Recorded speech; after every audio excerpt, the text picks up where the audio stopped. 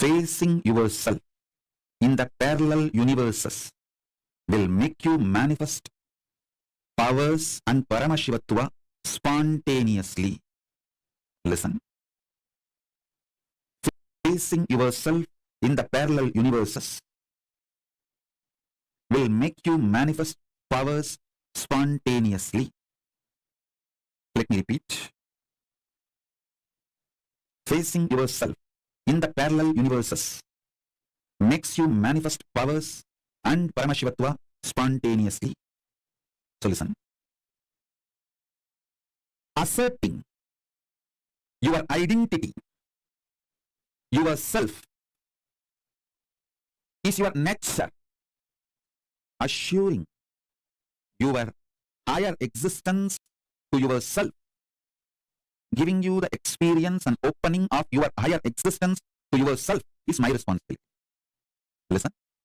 Asserting yourself, asserting your identity is your responsibility. That is the way you live. Wherever you go, you assert your identity. You manifest everything as you identify yourself. It's from that point, that unit with which you measure everything. The unit of your life is your identification about you. How you perceive you is the unit with which you measure the whole universe. If you identify yourself as a joyful person, you measure the whole universe with that unit. If you identify yourself as a rich person, you measure the whole universe with that unit. If you identify yourself as a poor person, you measure the whole universe with that unit. How you assert yourself is the unit with which you measure universe. That's the way you live. That is your responsibility. That is your existence. Introducing your higher existence in parallel universe, asserting your higher existence in parallel universe, reassuring about your higher existence in parallel universe, initiating you and giving you the experience about your higher existence, making you face yourself in the parallel universe is my responsibility. As a living manifestation of Paramashiva, Paramavatara of Paramashiva, it's my responsibility to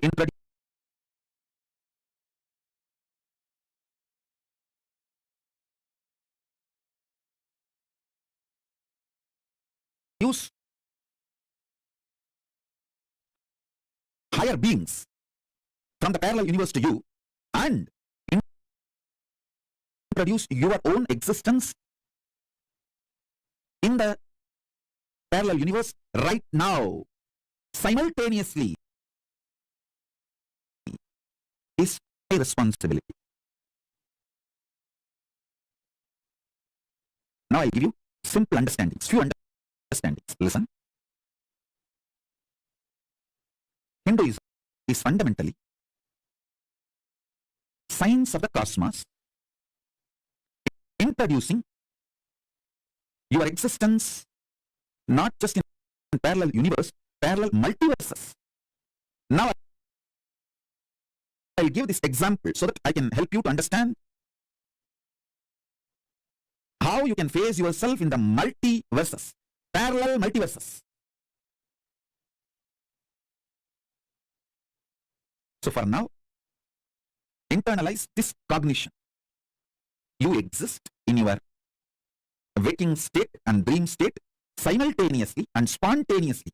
That is why, without any difficulty, you can just slip into that state, that body, that self, and come back to this state, this body, this self. Your biochemistry is naturally prepared for you to slip into these different states and different selves and experience different existence, different universes. So with this understanding, expand your cognition. You exist in parallel multiverses like Suvargaloka, Maharloka, Janaloka, Tapaloka, and Kailasa itself. More than next to Tapoloka is Satyaloka, and beyond the Satyaloka is Vaikunta, the Parandama space. Satyaloka is the space of Parabrahma. Then the Vaikunta Parandama space. Then Shripuram, Parameshwari's space. Then above all, Kailasa. Above the Kailasa, Maha Kailasa, Paramashiva space. Kailasa is where all the Anga Devatas and Avarana Devatas, everyone lives. People achieve the Salogya, Samipya, Salupya, Sayujya, Mukti with Paramashiva. All of them exist in Kailasa. In Maha Kailasa, he alone exists. In Paramatvaita Swarupa, Paramatvaita Satya. Now, if you understand and start facing yourself in the parallel universes, parallel multiverses, first thing will happen to you is you will understand the whole cosmology and cosmos logical. The logic of the cosmos. Logic of the cosmos is natural law of life, dharma. Listen. If you understand the logic of the cosmos,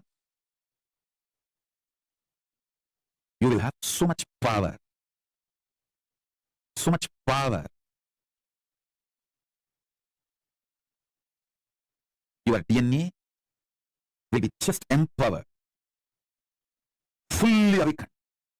Listen. Fully awakened.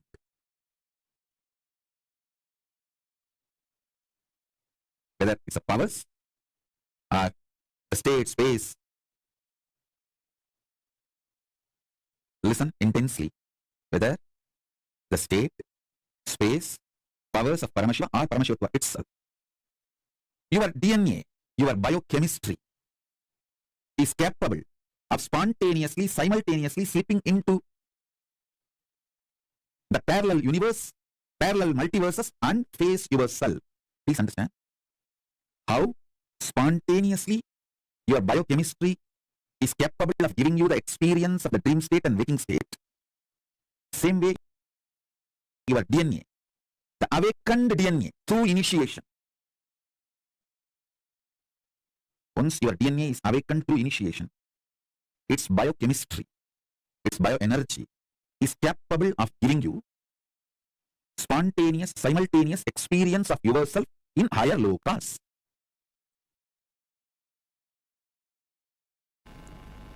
The Hindu tradition was so pure, so vast.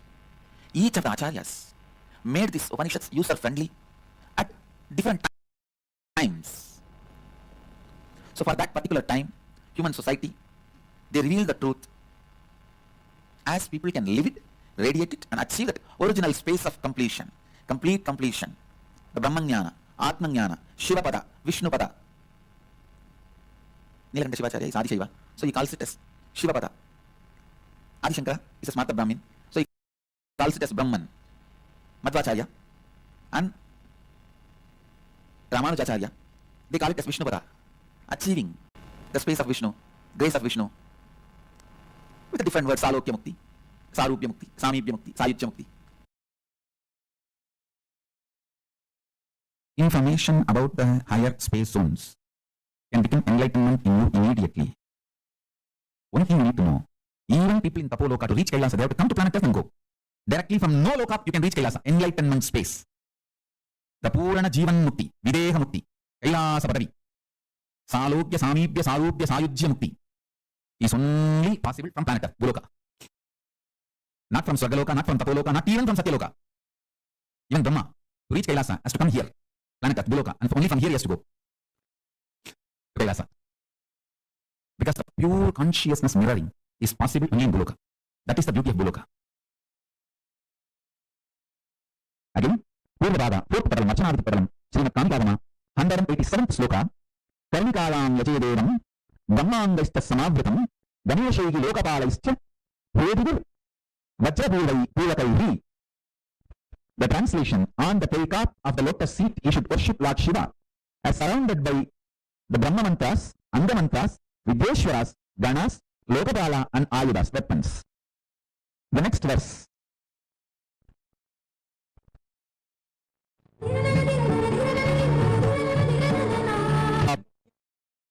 Ganesa Varanetata, Lokabalas, Tayoschaiva, Ruddadinam Atavyatau.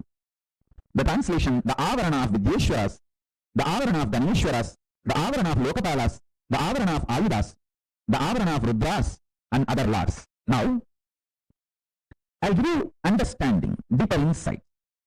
The first avarana is Manteshwaras. I can roughly equate the word Manteshwaras into modern day mantris, ministers. Ministers who counsel or personally present informations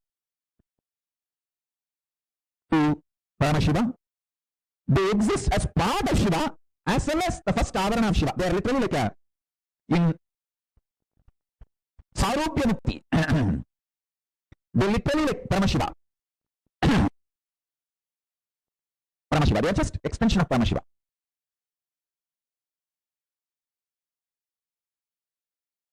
Consciously, you telling Paramashivoham, I am Paramashiva.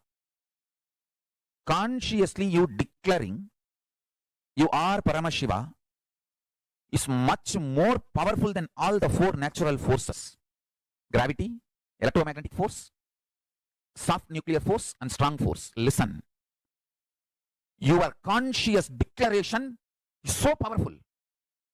It can manipulate, play with all the four forces. I want all of you to meditate on this one truth. Your Paramashivoham, the declaration, should manifest in you in such powerful way. All four forces are lower than you. You are supreme, ultimate than these four forces: gravitational, electromagnetism, weak nuclear force, and strong force. Listen carefully. It is possible. See, all gods, goddesses are different permutation, combination of the biology, chemistry, physics of this Ishvara Shakti. Listen carefully. The various Ishvara Shaktis, the various Avaranas, Ayudas, Anga Devatas, Parsha Devatas, Salokya Muktas, Samibhya Muktas, Sayujya Muktas, and Sarubhya Muktas. All of them are just different permutation, combination of Ishvara Shakti. Someone who has mastered manifesting Ishvara Shakti and declared his supremacy over gravitational force.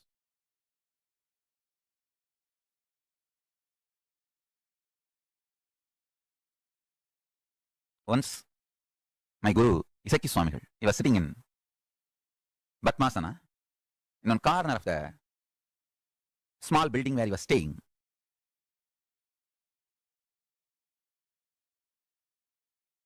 I've seen him for years, but never seen him eating. Very rarely he eats, maybe once in 5 years or once in 10 years. But surely he's not a regular eater. Someone dosa or something. One day somebody brought something and he just put that little bit in the mouth and swallowed and sat in samadhi. From his corner of the mouth, the saliva pouring. I brought a small cloth and cleaned it. He slowly opened his mouth and the joy and eyes and just blessed me. And I know for sure that he is in some ecstasy. He is in some different space. I casually asked him.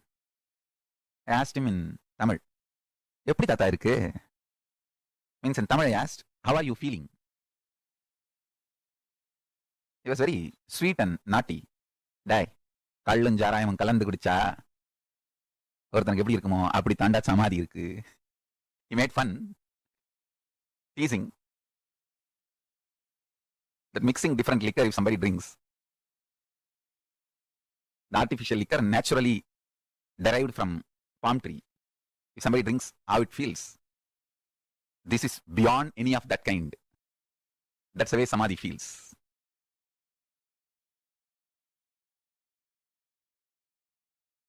He further made a very beautiful statement about samadhi.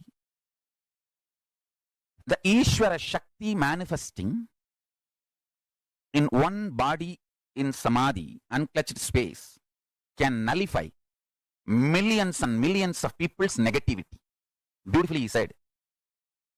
Listen carefully. Even if few thousand of us, my whole Sangha, Nithyananda Sangha, if we all sit in the space of unclutching and meditate, we can nullify all the collective negativity of the whole earth.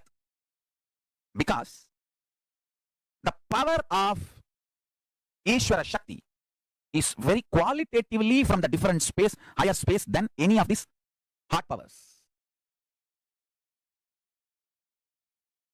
I'll reveal some more things about the biology of this Ishvara Shakti. Listen. Compassion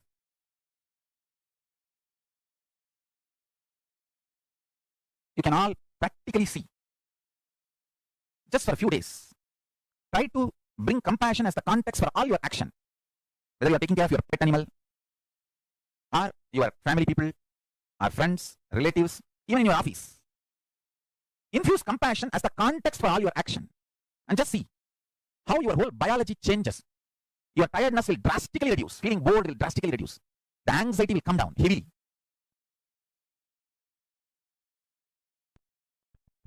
I'll tell you what is the most secure. Anyhow, one day I have to be successful.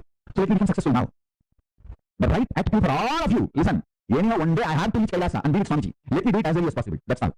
Whether you come and be in Kailasa with me now or next Janma, you have to do that is where your life ends. Your life concludes. Your climax is reaching Kailasa. Salokya Mukti. Samyukya Mukti. Sarupya Mukti. Sayujya Mukti. Anyhow, one day you have to do. Better do it now. This is what is life. And what she told me is that death means life negative.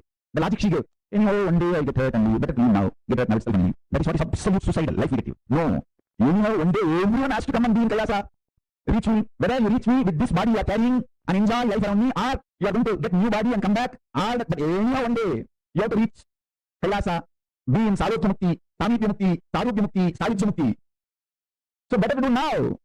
Exactly. Arungi taught me life. Actually, there was a huge volume book. Vedanta Manasindamani. That book name is still I can remember. Huge leather pillow, the size of the book. And my grandfather brought that book to me and then said that the class for you is going to start on this subject. And Vedanta Manana means internalizing the powerful cognition. Seeing the book itself I got frightened. But I know the technique. If I take it to Arungi I will just chew the whole thing and just directly insert it on my system. Very sweetly insert. You just chew and literally will chew in the mouth and give me the tambulam. I'll just take his hand and take it from his hand. Will not leave even one small bit in his fingers. Literally bite his fingers also and take the tambulam and the whole knowledge he wants to really will be there inside me like experience. So I thought, let me do simple process. Like literally downloading. I took the book and gave it to Arungi and said, my tata told me that I have to start reading this book and we are going to start the class. Then the discussion turned.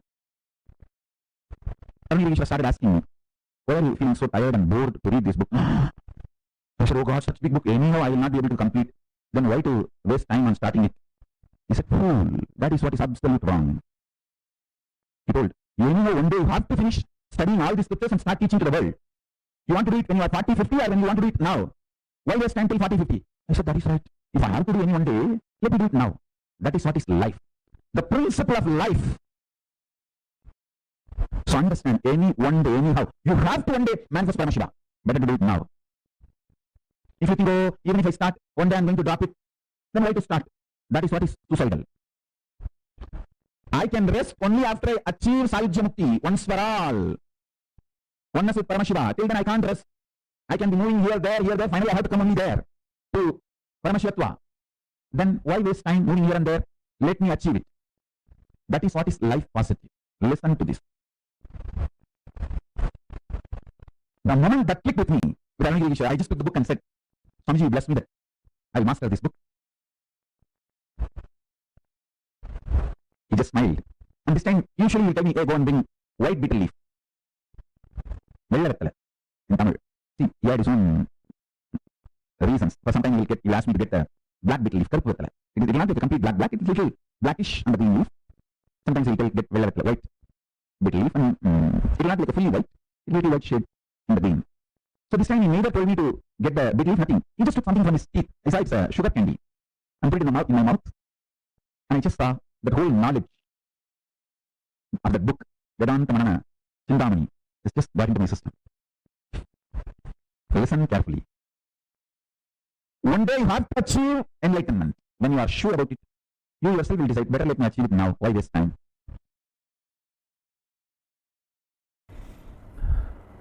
When I think, why do we need to know all this?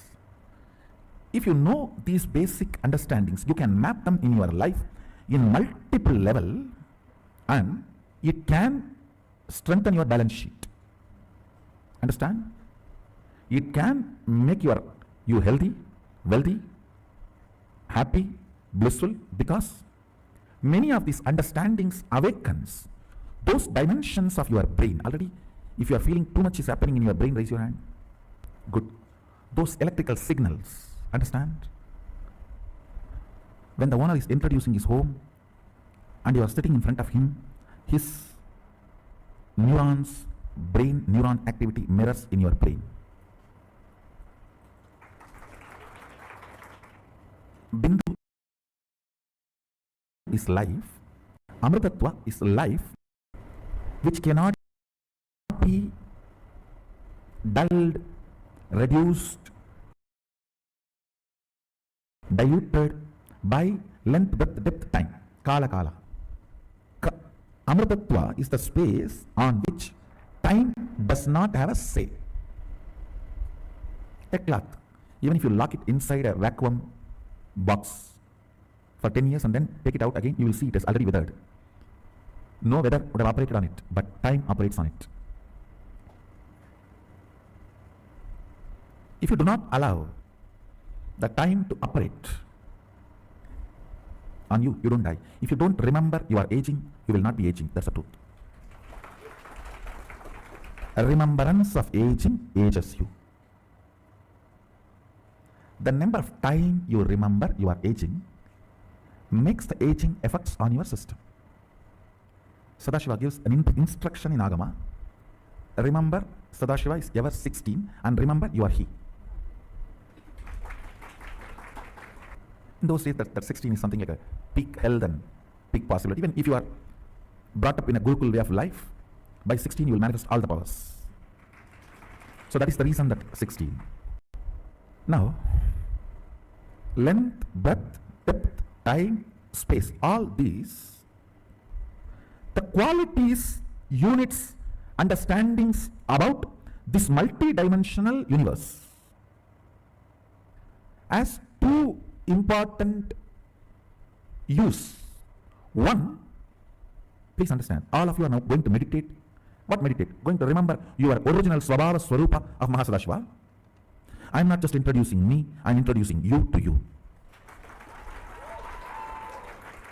I do not talk to anybody who is less in my stature.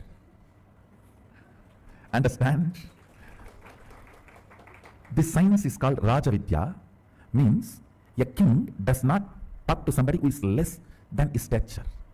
This Vidya cannot be taught to somebody who is less than my stature.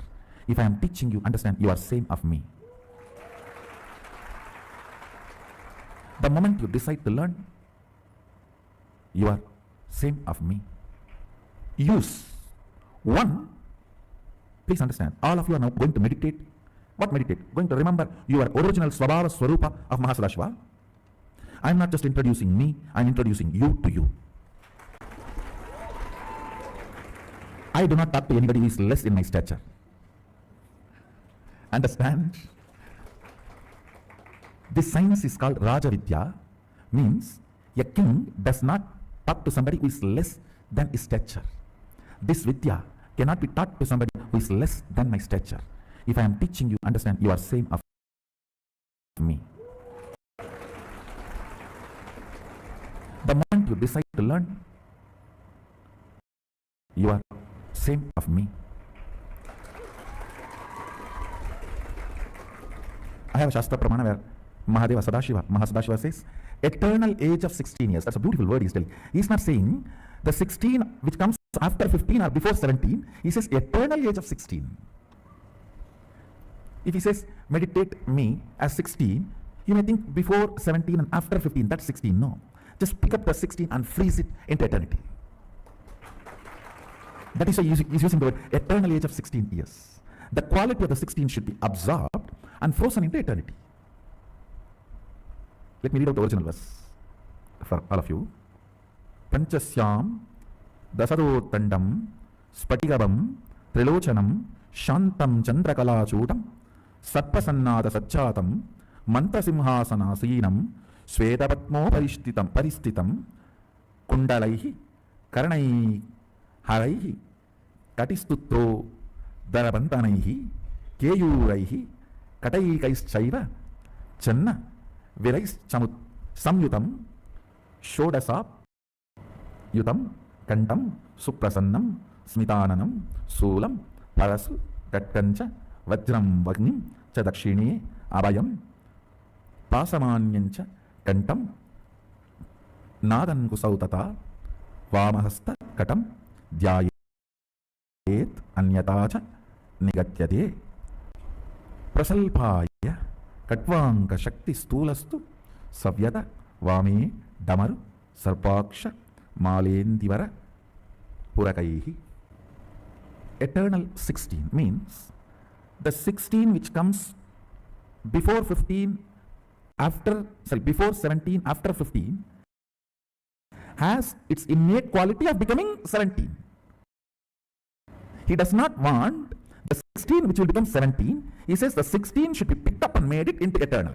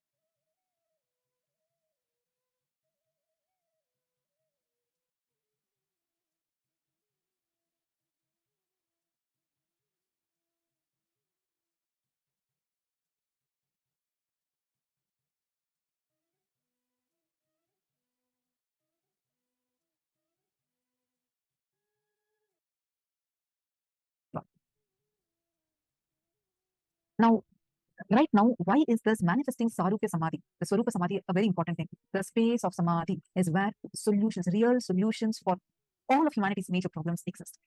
You can nullify millions and millions of people's negativity. Even a few thousand of us sit in the space of unclutching and meditate, we can nullify all the collective negativity of the whole earth.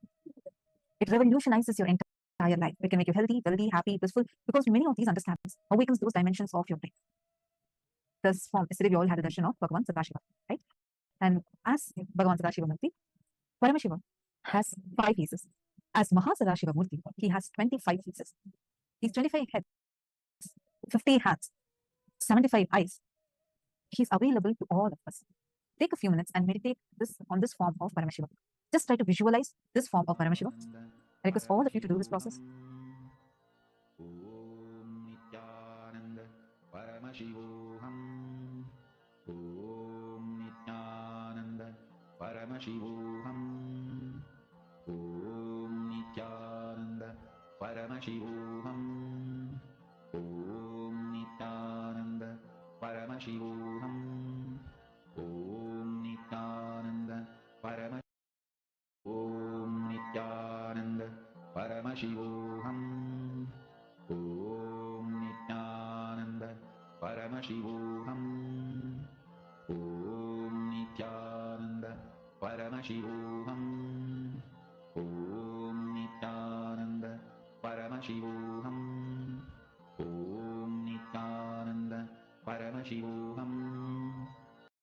Om Nithyananda Paramashivoham. Om Nithyananda Paramashivoham. Paramashivoham Om Nithyananda.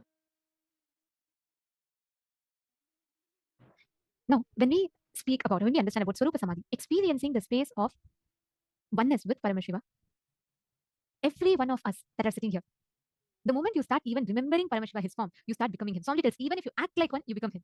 That is what is Sarupya Samadhi, the Swarupa Samadhi, where we manifest the space, the experience of oneness with Paramashiva, with Sadashiva. Now, all of us that are here, with these blessings, just when we sit and manifest, you will be able to simply influence anything, any object in front of you, anything, whether a situation, person, place, object, any external factor, you will be able to alter it as per your conscious will.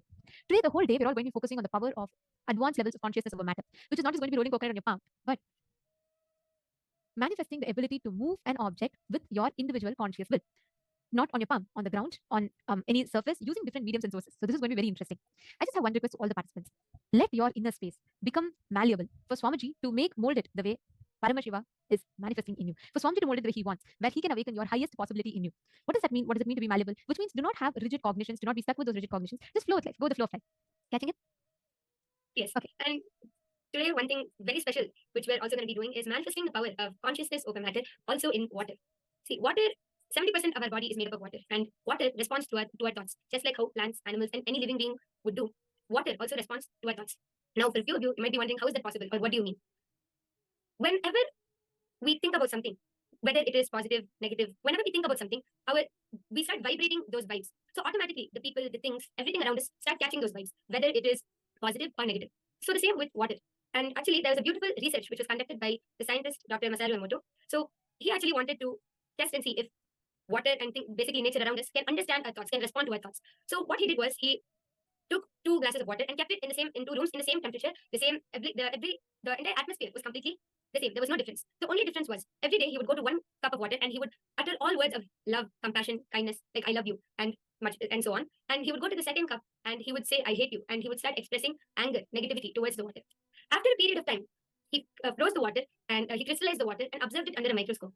And what Dr. Masaru Emoto figured out was the water molecules were actually able to respond to his thoughts. Whenever he spoke positive words, those crystals, those water molecules actually had very beautiful shapes, very beautiful crystal shapes. And actually, the water. Yes, sorry. Actually, right now, as my yoga prana is talking about this, we will show all of you the results which the same sample. He took 3 different water samples from the same river, and here we can see in all the places where he uttered positive words, where his thoughts were positive, you can see the water molecular structure. The formation of the water molecules are so beautiful. When he uttered words that are filled with hatred, anger, or incomplete emotions, you can see the form shapes that the water molecules took. Here we can see for the word joy, love, gratitude. Now, every time when you utter a word, understand this was just a small sample of water. Your body is made of more than 75% of water, liquid. Every single time you create an intention inside of you, you should be aware that your whole body is literally responding to those thoughts, responding to that space. This power of consciousness over matter is where we're going to be using water as a medium to transmit your command to the matter. See, right now, yesterday we were physically holding the object on our hand and we were moving it. In the second level of it, we're going to be using something as a supporting mechanism for us to manifest. And in the third level of it, we will be able to manifest directly moving it without any supporting mechanism. Here, water is going to act as a supporting mechanism for us to manifest this power. I request every one of you to bring a cup of water. Very elaborately, our scriptures reveal this exact same science of consciousness over matter. Yes. So the Shastra Pramana for the power of consciousness over matter comes from the Vijnana Bhairava Tantra, Dharana 95, Sutra 120. क्वचिद् वस्तुनि विन्यस्य शनैर्दृष्टिं निवर्तयेत् तज्ज्ञानं चित्तसहितं देवि शून्यालयो भवेत्. The translation goes, Bhagavan Paramashiva says, having fixed one's eyes on a particular object, vastu, one should slowly withdraw the sight from the object, as well as slowly eliminate the knowledge of that object along with thought and impressions of it. Then, O Devi, one abides in shunya, the state where there is nothing other than this exists, which is the state of all inclusiveness or infinity. There are so many references to how this power is manifested. Let's say, for an example, in the life of Sundaramurti Nayanar, when he goes to the temple, in the life of Nandanar, he goes to the temple and he wants to see Paramashiva. And unfortunately, the Nandi is obstructing for him to be able to see Paramashiva. Just through his conscious will, when he declared, Nandi moved and gave way for him to have darshan of Paramashiva. Please understand, in all the Shiva temples, As per the Agamas, Nandi is supposed to be facing Shiva right in front of Shiva. For Nandanar, also known as Tirunalikovar Nayanar, he stood in front of Paramashiva. He could not enter the temple. He was not allowed to enter the temple. So he was so intense. He wanted to see Nataraja. He wanted to see Paramashiva. So he prays intensely. The moment he intends inside him strongly, the Nandi moves. To this day, the Nandi in this temple alone is moved to the side. It is not straightly in front of Paramashiva. And it was not someone went and moved it. It moved on its own. We have tons of stories like this. Because in Hinduism, ultimate power of authority is for consciousness, is for Paramashiva. Your thoughts, the laws of physics, the laws of science, man-made laws has no value because consciousness surpasses all of our thinking and it literally generates the energy, the experience to manifest your decision as a reality. Catching it? Now, all of you are actually going to be manifesting this experience as a power. You're going to be manifesting the power of using water as a medium and being able to transmit a certain experience or a certain amount of energy to the matter. Understanding? Okay, so let's all enter into the power manifestation. I request every one of you to please bring a cup of water. You can put a blade of grass, you can put a rice grain, something on it. You're going to be using water to move an object which is already floating on the water as per your will. Like, for example, you can put a needle, and let's say you want the needle to rotate clockwise 9 times. You can actually declare and make the needle move. Can I request all the participants to please place it in front of the camera?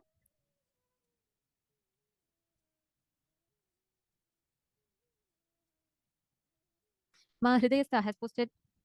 Ma Sanyogita Patel. Okay, in this room, are you all having a good audio? I'm seeing some of you posting that the audio is not proper. If you're all able to hear us clearly, we request you all to please confirm the chat. Okay, perfect. Ma Sangeeta Patel, you're saying you're looking for a very blissful day today. Just sit and manifest. Now you will experience that bliss. You will actually start seeing how immediately the power manifestation will start happening in you. Please place a cup of water in front of you. Yes, my Hedishla, if you can place it in a surface where the table is not moving. See, if your table moves, the water will naturally move. There should be no external force applied to the matter. It should only be through your conscious will. Chant the Mahavakya intensely. Just with this one conscious decision to manifest, simply you will see you will start having a breakthrough.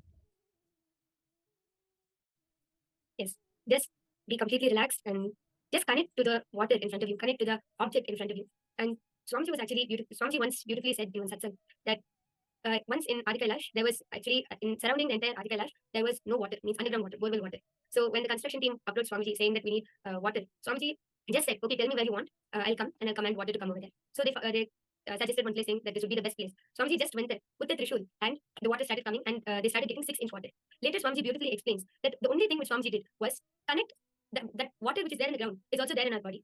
So he just connected to the water element within Swamiji's own body and just commanded the water to come. And immediately, Ganga herself started gushing out and we got the borewell water in Adi Kailash. So just like that, the water which is there in our body is the same thing which is there in front of us. So the way we connect, the thought currents which we have, the space which we're holding, everything is very important because the water in front of us is directly responding to our thoughts. So if you feel like it's impossible, then the results are also going to be the same. But when you understand that when you continuously, consciously declare and tell yourself, it is possible, that water is a part of me and the water and the object are one and the same, me and Paramashiva are one and the same. When you declare from that powerful space, automatically the water will also respond to your thoughts and it will listen to your command. Intensely keep the cup of water in front of you, connect to it, and chant the Mahavakya continuously. Don't try to concentrate, focus, no, nothing. Just relax in the space of oneness and do it. Please chant the Mahavakya. Paramashivoham. Om Nithyananda Paramashivoham. Om Nithyananda Paramashivoham. Om Nithyananda Paramashivoham. Om Nithyananda Paramashivoham. Hope all of you have manifested. Hope all of you have started manifesting. See, this is the first level, the preliminary level. When you start intensely manifesting this, sincerely when you start doing this will lead you to the next and next levels of breakthroughs. Now we're all going to be entering the next session where we are understanding about who is Mahasadashiva. What does he stand for? What does he represent? Let us now listen to the revelations from Swamiji.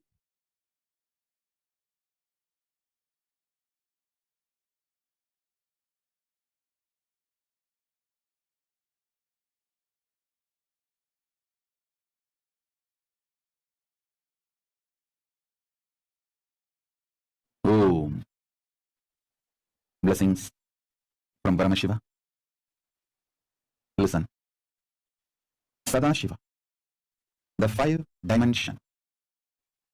Creation, sustenance, rejuvenation, delusion, liberation. This 5 becomes 25. Mahasadashiva. Sadashiva becomes Mahasadashiva.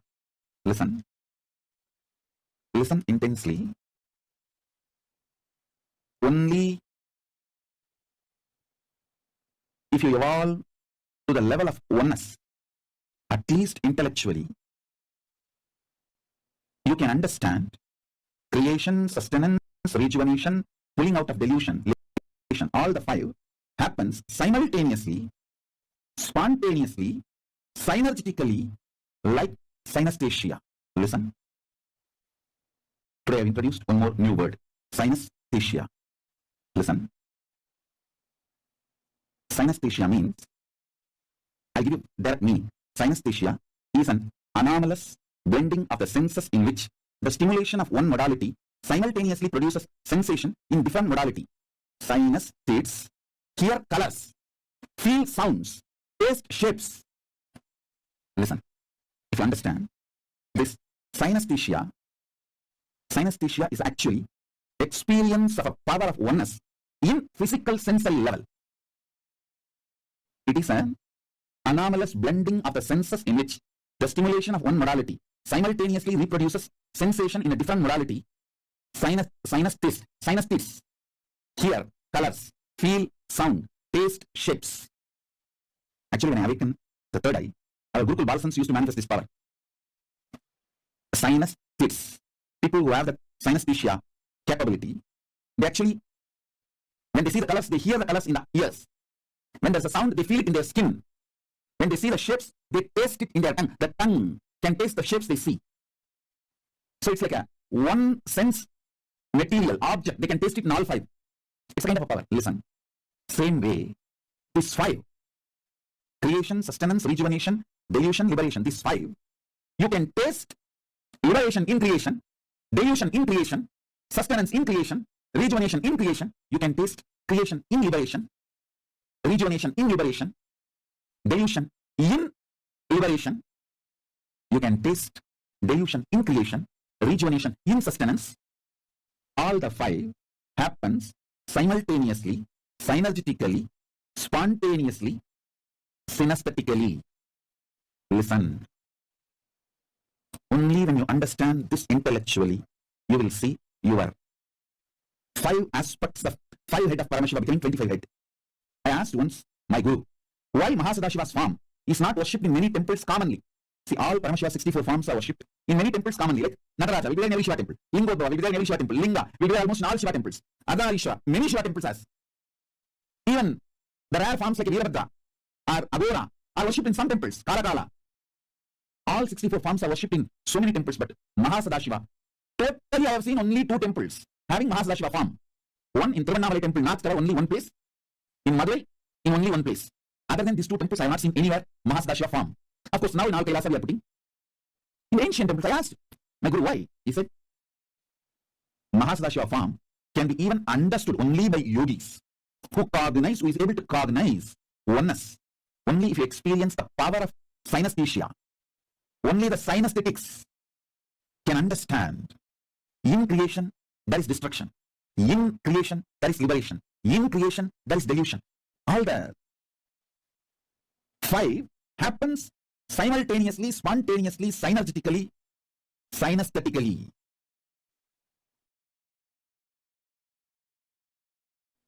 Even intellectually, if you sit and contemplate, you will understand the 25 heads of Paramashiva. Creation, sustenance, rejuvenation, delusion, liberation are not 5 separate acts. It is 5 different dimensions of Paramashiva happening spontaneously, simultaneously, synergetically, synesthetically.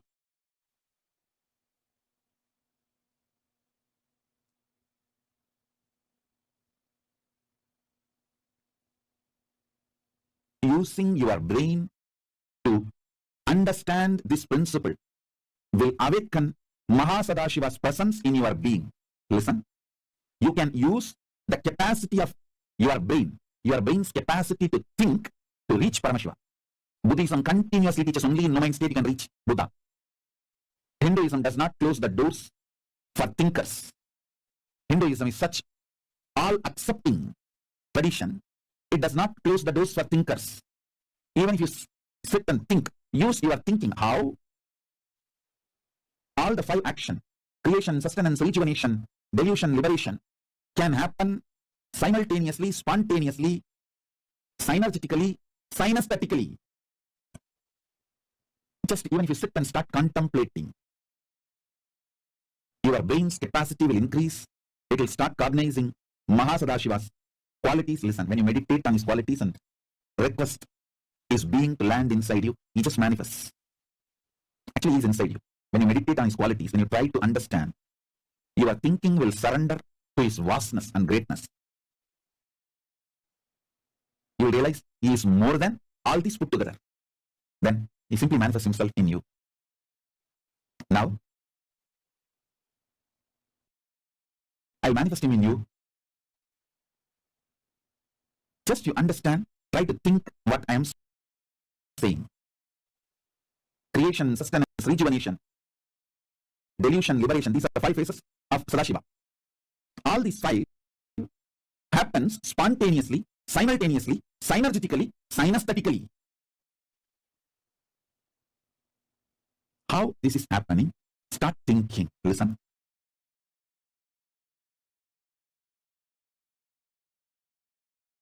When Arunagirishwara asked me to start teaching, initiating, I asked him, bless me, that whoever I initiate will receive the experience. He gave me the blessing and power. Whoever I initiate, they will experience Paramadvaita. Listen. With that authority and power of his blessing and initiation, he initiated me to initiate you all. With that, I initiate you all. Sit. Now I give you Sadashiva happening. The 5 dimensions of Sadashiva: creation, sustenance, rejuvenation, delusion, liberation, all the 5 happening spontaneously, simultaneously, synergetically, synesthetically is Mahasadashiva. And more, you contemplate, try to think, analyze, understand through your brain, internalize through your thinking what I am revealing now. I initiate and make you experience the Mahasadashiva, Paramashiva's manifestation of Mahasadashiva. In Kailasa, Paramashiva Jnana, the knowledge of Paramashiva exists as pure frequency, Nada and Bindu, means sound and visualization. I map that down into Sanskrit, then it becomes concepts and principles. I map that down to English, then it becomes long sentences. That is why my satsangs are long sentences. So let me repeat now. Manifestation, sustenance, rejuvenation, pulling out of delusion, enlightenment, liberation. These 5. Paramashiva does these 5 as Sadashiva with 5 phases. Satyojata, Vamadeva, Tatpurusha, Ahora, Ishana. Listen. Satyojata, Tatpurusha, Vamadeva, Ahora, Ishana. Let me repeat. Tatpurusha, Vamadeva, Ahora, Ishana, and Satyojata. Listen intensely. Listen sincerely. Satyojata phase of Paramashiva does creation, manifestation. It is the phase facing western direction. It does manifestation, Satyojata. Then Vamadeva does sustenance. Agora does rejuvenation. Tatpurusha does pulling out of delusion. Ishana does liberation. The Ishana phase is looking upper direction. Listen, I'll repeat. Satyojata does manifestation. It is facing western direction. Vamadeva does sustenance, faces north direction. Agora does rejuvenation,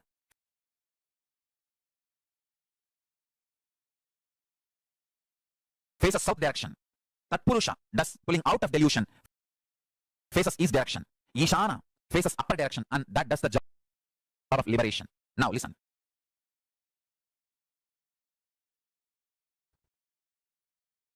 The Sadashiva, he exists doing this 5 Panchakritya. Each phase, Phase of Sadashiva, for example, the Ishana, Phase of Sadashiva, as Ishanamurti, he does separately 5. Shamurti, he does separately 5 action. Agoramurti, he does separately 5 actions. Vamadeva Murti does separately 5 actions. Satyojata Murti does separately 5 actions. I'll tell you one by one. Sadashiva has 5 Phases, phases, not phases alone, phases. Each phase has 5 phases. I'll read it step by step. Internalize. It is very important for anybody who want to be my follower, because Only if you know what is Paramashiva, you will understand the meaning of Paramashivoham. This whole thing is not just happening in Kailasa, it is happening inside you. It is happening inside your brain now. It is happening inside you now. Paramashiva is sitting inside you now. Live in a place where many computers have internet access. When first time Anandi Yogeshwara told me this, I literally jumped and touched my own feet and put it on my own head. I became so excited. I did not know what to do. Because when Anandi Yogeshwara was telling me this truth, it was so alive and real. Listen, please listen.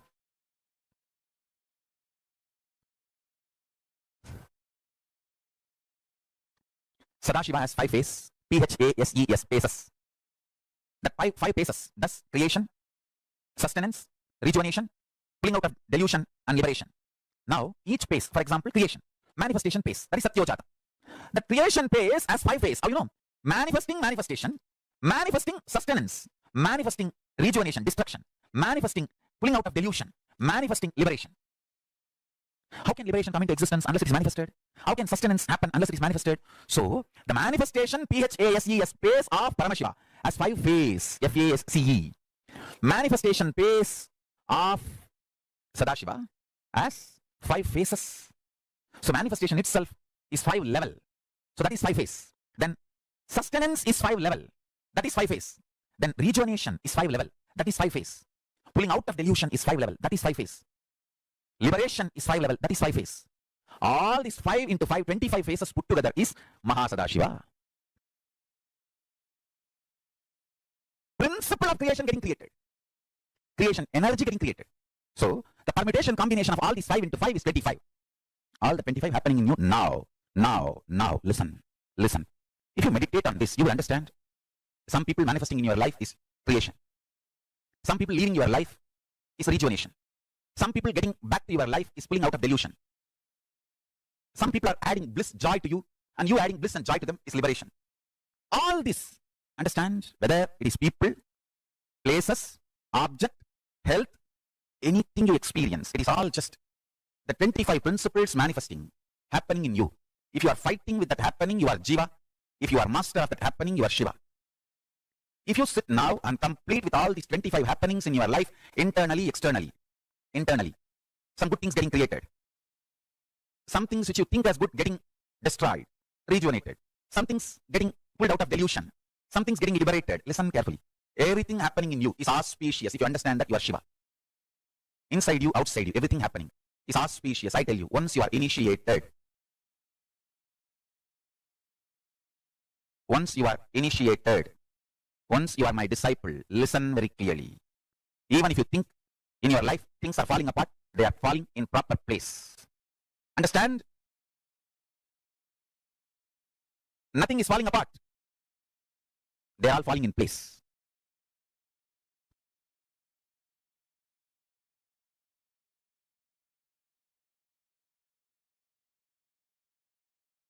Once you are initiated, you are integrated to Guru, Linga, Sangha. I tell you, nothing falls apart. Even if you think things are falling apart in your life, they all fall in place. Understand that. Nothing falls apart. Everything happening is auspicious. Everything is falling in place for the higher purpose. I tell you. Once you sit with that clarity, you are Shiva. If you are able to come to that clarity in your life, you are master of your life. You are Ishvara. I tell you, whoever is constantly in firefighting mode internally lives as Jiva. Whoever lives in ferocious mode internally lives as Shiva.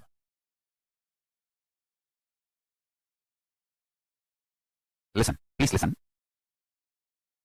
Whatever is happening is auspicious. Things are not falling apart in your life, they are falling in place in your life for your higher purpose. Listen carefully. This 5 action, like creation, sustenance, rejuvenation, pulling out of delusion, liberation, these 5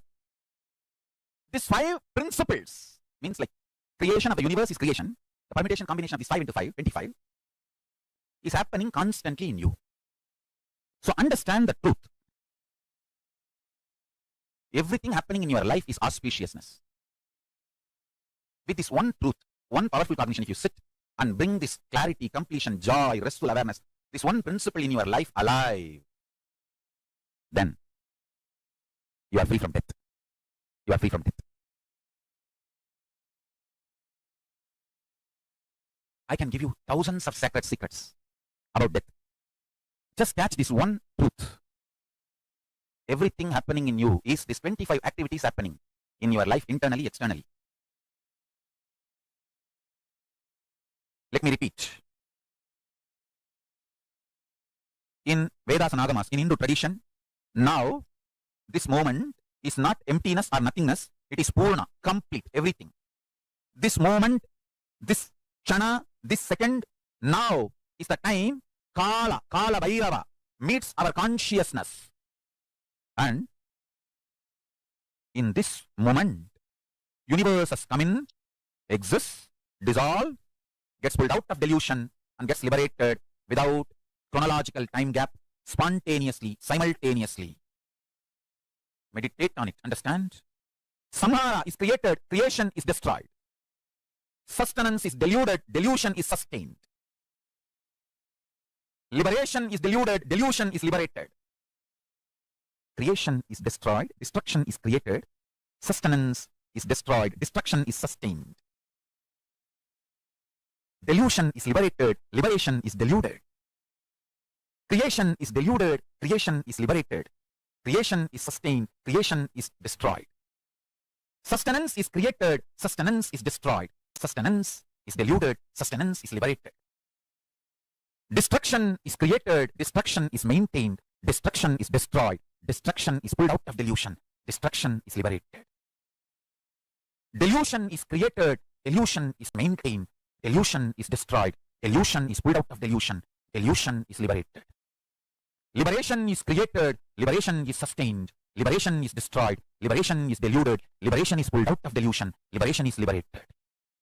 Understand these 5 principles: Srishti, Sthiti, Samhara, Prabhava, Anugraha. Manifestation. Srishti, manifestation. Sthiti, sustenance. Samhara, rejuvenation. Prabhava, pulling out of delusion. Anugraha, liberation. Understand these 5 principles. I am reading out from Akashic records. So watch this satsang at least 5 times. Let these truths vibrate, reverberate in you. Creation is created. Creation is sustained. Listen carefully. Srishti. Manifestation is manifested. Manifestation is sustained. Manifestation is destroyed. Manifestation is pulled out of delusion. Manifestation is liberated. Sustenance is manifested. Sustenance is sthiti. Sustenance is manifested. Sustenance is sustained. Sustenance is rejuvenated. Sustenance is pulled out of delusion. Sustenance is liberated.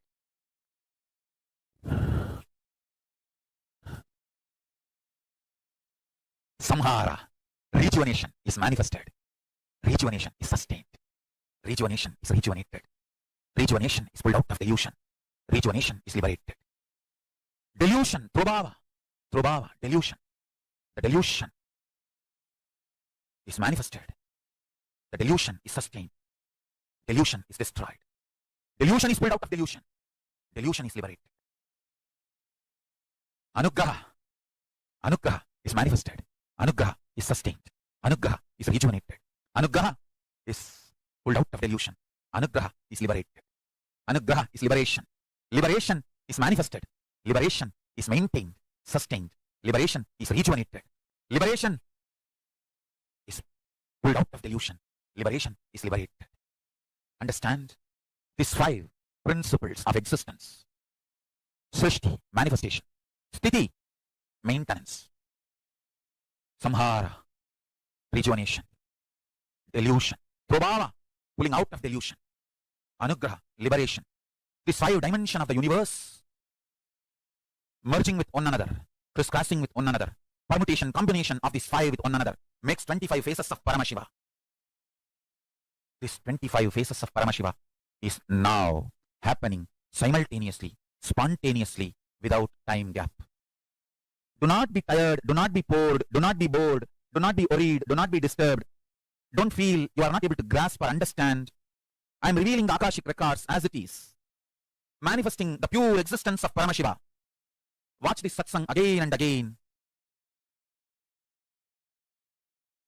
5 into 5, 25 happening now in you is the meaning of Om Nithyananda Paramashivoham. This is the meaning of Mahavagya. Understand? This is the powerful cognition of Mahavagya. What is the powerful cognition of Mahavagya? All the 25 happening now in you. All the 25 happening now in you. Satyojata Murti, Vamadeva Murti, Tatpurusha Murti, Agora Murti, Ishana Murti. All the 5 put together as Sadashiva Murti, and all the 5 into 5 put together as Mahasadashiva Murti is happening in you now. Understand?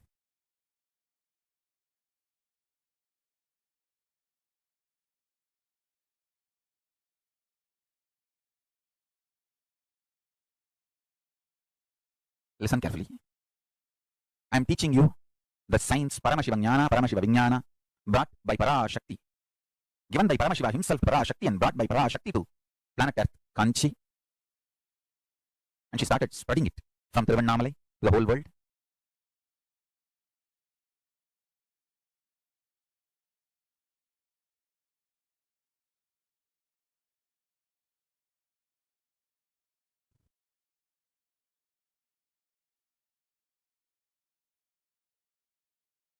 Understand? Few things you need to really understand. There's nothing called cheating or unnecessary component in Vedas and Agamas. Not one line of Veda Agamas are exploitative. They are extremely honest, truthful. And I really want to tell you,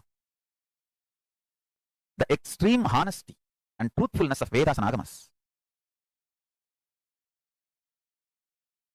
Every line, every way, the Vedas and Agamas try to explain the truth with tremendous patience. The whole knowledge, the whole life, the life positivity is unimaginable. Just listen to this powerful cognition. Paramashiva exists with an individual independent identity with unimaginable form, formlessness, and the pure beauty. He manifests as Mahasadashiva and Sadashiva and Tatpurusha, Ishana, Agora, Satyojata, Vamadeva Murtis. In that forms also he manifests.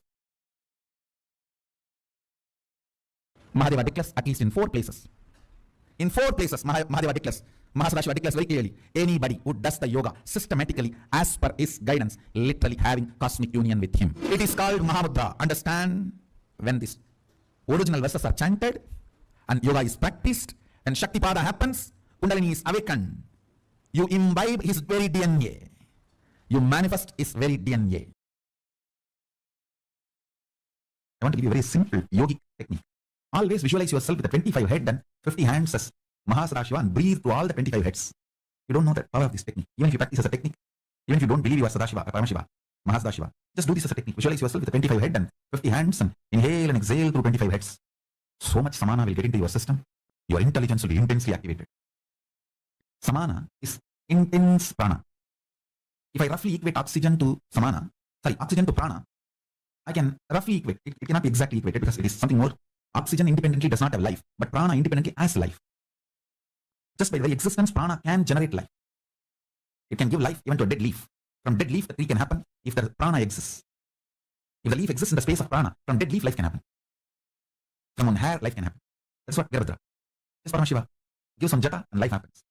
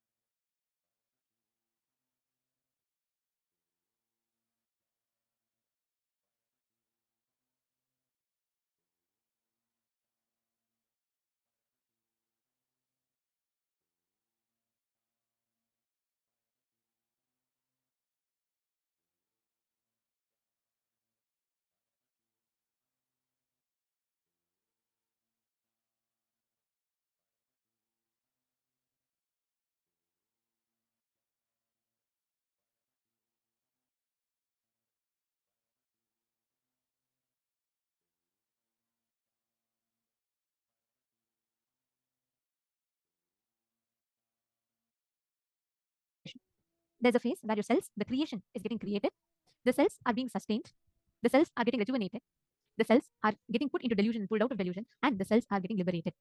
Very simple. Even for something that are getting created, that creation will have to go through the 5 phases. How many of you are catching it? Machingo, Ma Lucy Samano, Ma Ananda Aghora Rupini, Ma Shuprendananda, Ma Madeline Portuguese, Nithya Vamadevananda, Ma Shu Huan, Eleanor Mayer, Ma Karina Shivanatarajan, Ma Catherine Crane, Malika Sege, come on. Ma Serene, Deepika Praveen, Nithyanandama, Dr. Shantini, Nithyanandam, Dr. Shantini. Ma, which place are you from? Very nice to see you here. Which place are you from? Ma Sangeeta Patel. I request each of you to pose. See, cognizance is one thing which, if you do, help you in grasping the truths that Swamiji is revealing at a deeper level. If you just start understanding these 25 heads of Mahasadashiva, you will see your whole brain grooves getting awakened. The way you process the information, the way you experience will be completely different. Okay, so we have a question from Malika Sege. I think our day won't pass without having Malika Sege's questions. That is very nice. I really enjoy answering your question because every single time you ask a question, it kind of takes us into the deeper understandings of what Swamiji reveals us, right? That's how the learning happens. It's not just, oh, Swamiji revealed and then we are just listening to it. When you do the Vada Prativada on it, when you do the Jivartha Sadas, understand every single one of you, when you ask questions, you don't have to hesitate. You don't have to think, oh, maybe it'll sound a little dumb. Should I ask this? No, it doesn't matter. If you put the questions, not just you, even as Acharyas, for us, we have a deeper learning of what Swamiji has revealed. So answering questions is always a fun process to do. Okay, coming back to Malika's question. So Malika is asking, in what context of the cells pulling out of delusion mean? Like say in the cells example, would the delusion mean pain? Yes. Let's say, for example, the cell going through its delusion is that it falls from its original state. What is delusion? A temporary separation, temporary distraction from its original state of existence. Like we are Paramashiva. The moment we get distracted from the idea of experience that we are Paramashiva, we are in delusion, Maya. Now, the same thing happens with cells. Now, every time the cell goes through the suffering or the cell goes through weakness, it starts declining from its original state of existence, right? That destruction is what is called as pulling out of delusion, right after the destruction, that phase. After that, it is liberated. In every action, kind of, yes. You're asking if it's like cell degeneration? Yes. When the cell, let's say the moment the blood cells are created, it's functioning. At some phase, it starts declining. It starts reducing, or it starts, I should say, it starts losing its capacity. That it starts to fall into delusion, immediately after which it's liberated. It's taken back to its source, its original state of existence. That is the liberation. In all of our lives, also it's the same. So when you're born as innocent kids, have you ever seen a kid look and experience anger, jealousy, hatred? No. A kid just smiles. A kid's smile is so pure from the heart. That's why we all love watching kids. They're so sweet and innocent to see. Because they're in totality with existence. Now, that same state is the original state of existence. What happens when the kid sees its mother getting angry? It learns the emotion called anger. When the kid sees the mother getting pain, the kid learns the emotion of pain. Now, that is when the delusion starts happening, and then they grow and they get powerful cognitions or whatever it is, and then they get liberated. So each of us go through the 5 phases in every phase of our life. This exact truth is Mahasadashiva Murti represents. If you notice, look back in your life, all the 25 are happening in you simultaneously and spontaneously. Creation. Something getting created in your life. Some people manifesting in your life is a creation. Some people leaving your life is rejuvenation. And some people getting back to your life is pulling you out of delusion. I actually request all of you to do this one exercise. So you will actually understand what it means. Because when we say theoretically, okay, I'm doing the 25 phases, it's an understanding for us. When you map, apply, and see, you will start noticing how exactly it happens. So I'm going to request you all to take 5 minutes to note down how exactly these 25 phases of Paramashiva you are doing in your daily life.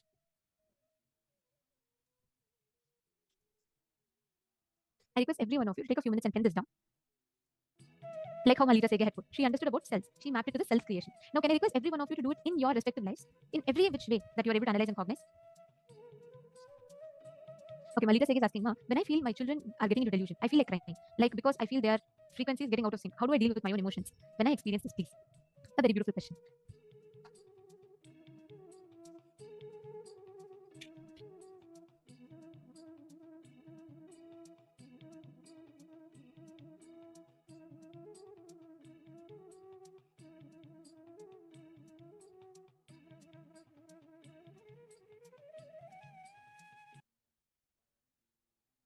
A very beautiful question, ma'am. I'm just going to give you an example to answer this. See, let's say now, every time you think someone on the outside is falling in delusion, that is a delusion that life is putting on you. Now, cognize it very simply this way. Every single time you feel your kids are not listening, they're not understanding something, and you're having to struggle, first you need to analyze what is it that you define as delusion. Now, instead of looking at it as, oh, they fell into delusion, look at it as your own part of you. An extension of you is in delusion. How will you deal with it? What is the exact step needed to be done for that?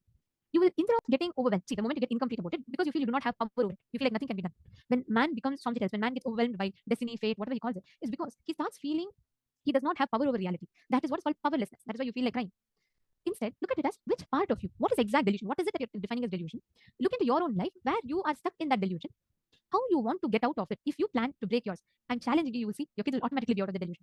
It's not just because they're your kids, even if it's anyone else, you feel like they're really in some delusion, you don't know how to get them out. Do this one thing. You will see automatically will be every word you utter will be like a powerful cognition for them. They'll be able to come out of it.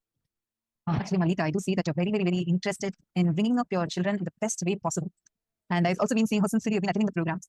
So I just wanted to let you know the best ecosystem to give to children, the most safest, both physically and psychologically and consciously.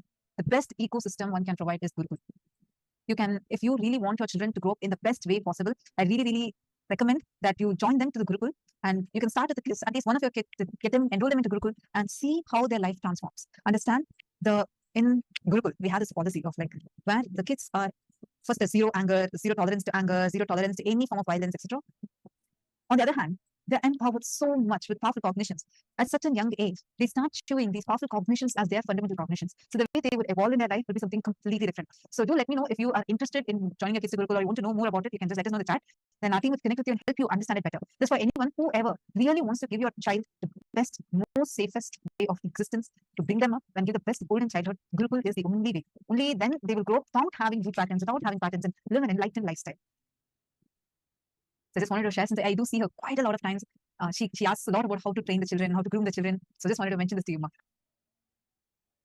Every one of us, if you look back in your life, even your own childhood patterns, as a child, you would have thought your toy car is everything. Have you seen this young children who get so attached to their Barbie dolls or toy cars and they feel like the whole world revolves around it? Taking the toy away, they'll cry. They'll cry as if their whole life is taken away from them.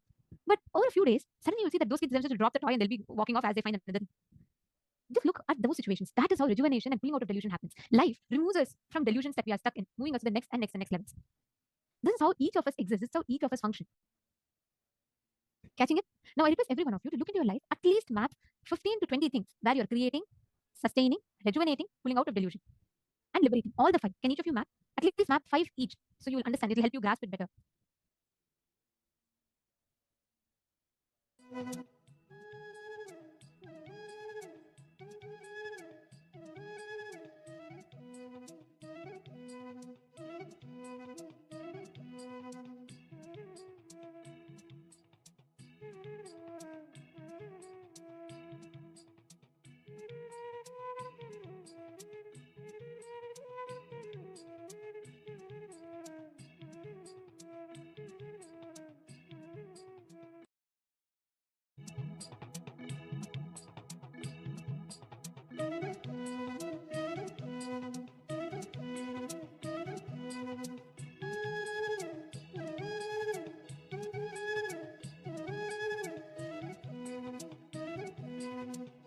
Yes. So all of us now did the internalization exercise where you visualize yourself as Mahasadashiva with the 25 heads, 50 hands, and 75 toes. See, the 25 manifestations, 25 heads of Paramashiva, which we are seeing, it is nothing but to show that we are infinite, we are eternal, we are infinity. We are not bound to how we are. We are not bound to the small one identity which we carry, but we are Mahasadashiva, the infinite one, the ever expanding. See, synesthesia is actually the experience of oneness in physical sensory level. Basically, see, when you do normal manifestation, you experience oneness with astrology in the being level. For example, you guys have been manifesting power consciousness or matter. In the power consciousness or matter, you experience you and the coconut and Paramashiva, one and the same. You are in tune with each other, you're in oneness with each other. The same oneness, you bring it in a sensory level. Be connected with the 5 senses. Like, you can be able to hear colors, you can feel the sound in your vibration, and you can taste shapes in your tongue. Not just limiting yourself to the 5 senses which each and every sense can do. Like, for example, your eyes. According to what we are taught, our eyes can only see, can only perceive things around us. But this power of synesthesia will make you experience the 5 components of eye. Like, through eye, you'll be able to see. Through eyes, you'll be able to hear. And through your ears, you'll be able to feel the colors. You'll be able to hear the sound. You'll be able to hear colors. So it's nothing but through these 5 senses, you're experiencing various other components. You're not just limiting to one component of that sense, whereas you are using that one sense for all 5 aspects of the senses. Like, okay,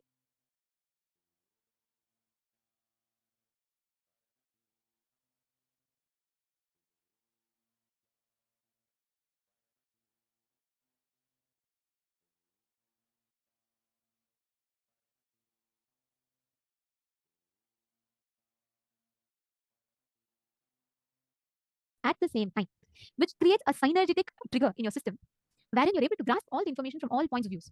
And this is what Swamiji had actually blessed with all the Gurukul Balasans and Swamiji's initiators. They used to start manifesting this power. That's why many kids will, when they manifest the power of third eye, right, and they're having their eyes closed, they will not actually see the words. They will actually hear the words. They will sometimes the kids will say, if we show a lemon, they will suddenly start tasting the lemon in their mouth. They'll have the smell or the taste of a lemon. They will cognize the information. They don't eat it to taste it. They just see through the third eye and they cognize the input received is from the sense of taste. This power is the power of synesthesia. One sense material object in all the five senses. You can taste, hear, feel, touch, see, all the five senses for one material. Same way, like how you do creation, sustenance, rejuvenation, pulling out of delusion and liberation. Same way you can taste rejuvenation, liberation, delusion, liberation. All the five happen simultaneously, spontaneously, synergetically, synesthetically. That is the power that all of us are going to be manifesting. Can I request all of you to post yes in the chat if you all have understood this clearly? Okay. Now, this is a power that all of us are going to be entering into to manifest now. And what we're going to be doing like is we're going to be showing all of you certain image. It's not going to be a full picture. It could even be a microscopic image of a certain object. You're going to be perceiving the information about that object, about that particular material through all your five senses, and you're going to be describing it. Ready? Shall we all start? All right. So let's enter into the round one. Your time starts now. Chant the Mahavakya through all your five senses. Try tasting it. Try hearing it. Try smelling it. Through all the five senses, try perceiving this. Chant the Mahavakya. You will suddenly see, it'll be like all your senses will be performing at its peak. Suddenly you'll see all your senses will get triggered. It will start absorbing and processing the information.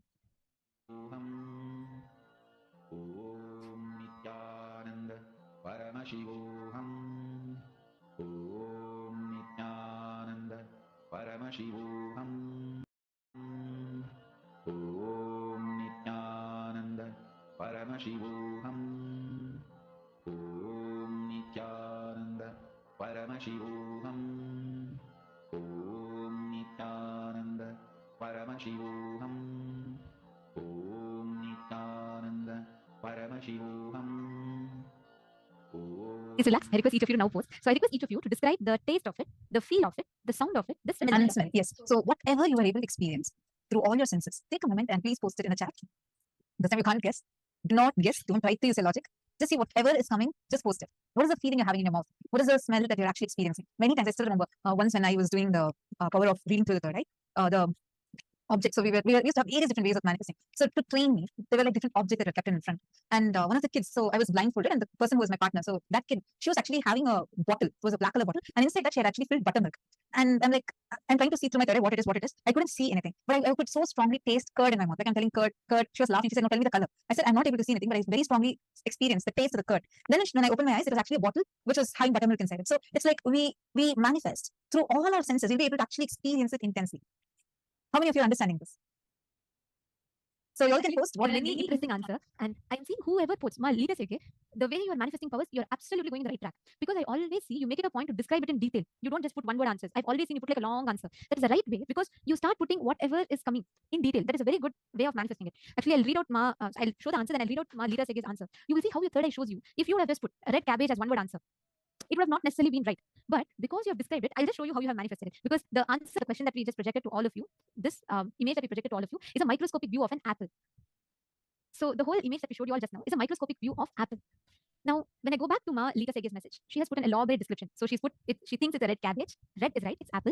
And she says it's crunchy, which is right, and has a green or sweet type of taste, which is right. It is quite hydrating, absolutely right. Apples are known for its hydrating quality. And she's put it is very calming, it's very calming and relaxes the arteries and neurons. When raw, it has a more vibrant taste and lively aspect. When cooked, it loses its luster, which is absolutely right. You all know it, right? Apple, when cooked, becomes dull. And even its taste reduces.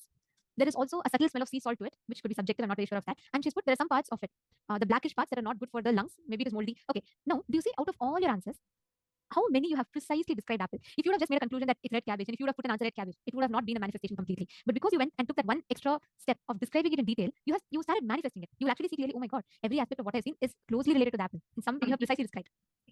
I request all of you now, do not focus on trying to be correct. Focus on actually experiencing it. The only problem that I'm finding many people's answers is many of you are immediately trying to guess. Okay, this looks like this. This might be its color. This might be its shape. You are not expected to get any of those answers. Right now, in this round, you're going to feel it. Now, what we're going to project, you're going to touch and say how it feels like. What is the texture of it? What does it taste like? What does it smell like? Whatever your senses are experiencing, start typing it. You'll actually start tasting it. How many of you are understanding this? Yes. So actually, I have experienced how I manifest this power. So when Swamiji was curious to manifest the power of eternity, Swamiji showed one video, like gave a video to the group of principal Madhve, a video where kids from different backgrounds, like from different religion and sector, they were reading the book using different senses. Like this one kid, she smelled the book and she was able to read. There was one kid who was just touching the book and he was able to read like literally one page of it. And there's one kid who kept the book on a ear, like almost like a cell phone. Like, you need to keep before you hear the cell phone, you need to keep it in your ear. So she kept the book on a ear and she was able to read. So Swami is like, my parents can surely do this, so you can train him on this. So first they tested me. So first when I closed my eyes, I told, do not limit yourself only whatever Swami is showing. It can be anything. So then after that, I told, okay, let me manifest the power through touch I read. So basically I sat with the book and I just kept one of my hand on it and I was able to read it actually. In a page, I was able to read one page fully. And this demonstration, I did it in front of Swami also in front of many participants, and they were completely awed because one thing, I was blindfolded. And second thing, I'm feeling the page and I'm reading. So the third eye is not just limited to seeing alone. It can also capture sound. It can also help you to feel things. So it's like there's many things where you can experience, you can actually manifest the power of third eye. Like maybe the next round also. Do not just limit yourself, okay, let me just smell. Let me touch the image and feel. Swamiji will actually show you. Or let me keep the cell phone here. So let me hear the sound. The third eye will actually reveal the sound to you. It's not just limited to only seeing. It is everything. All your five senses, your third eye can sense it for you. See, one thing is that when you use a particular sense organ, only that part of the brain is being used. Like for example, when you're seeing something, only the visual cortex of the brain is being awakened, is being used. But when there's no transmission happening, the visual cortex is just sleeping. But the third eye is not like that. When you do the power through your third eye, it is not just limited to the visual cortex alone. It awakens many other sectors in your brain. That's just Swamiji says. Third eye is all about full brain activation. Either it's no brain activation or full brain activation. So through third eye, the area which captures sound in your brain, that also gets awakened. The visual cortex of the brain also gets awakened. The sensory, the touch aspect in your brain also gets awakened. So when you manifest a third eye, do not limit yourself saying, okay, only Swamiji tells me I'll be able to manifest it. Or Swamiji showing me something in images, I'm able to manifest something. No, do not limit yourself. It can be anything. So let's say the first thing we do in Vikul is that when we manifest a third eye, we are not limiting ourselves only to what Swamiji is showing. For some kids, Swamiji will show through sound. They will be able to hear the word. Like there was one kid whom I was training with. I wrote the word ocean. And I gave it to her. She was saying, I'm feeling I'm in a beach area. I don't know why. I can feel the sound waves. I'm like, okay, continue, go forward. And she was saying, I can taste seawater, the salty water I'm able to taste. I'm like, okay, fine, continue. Swamiji will reveal, just continue in the same oneness. And then within a few minutes, she said, I'm able to see ocean. So this power synesthesia is nothing but you experiencing the five senses through your third eye. Not just limiting yourself to five senses we have, but using all these five senses through one sense, which is third eye. Sorry. Now we will be projecting the question for all of you, and we request all of you to scan and identify through all your five senses what exactly this is.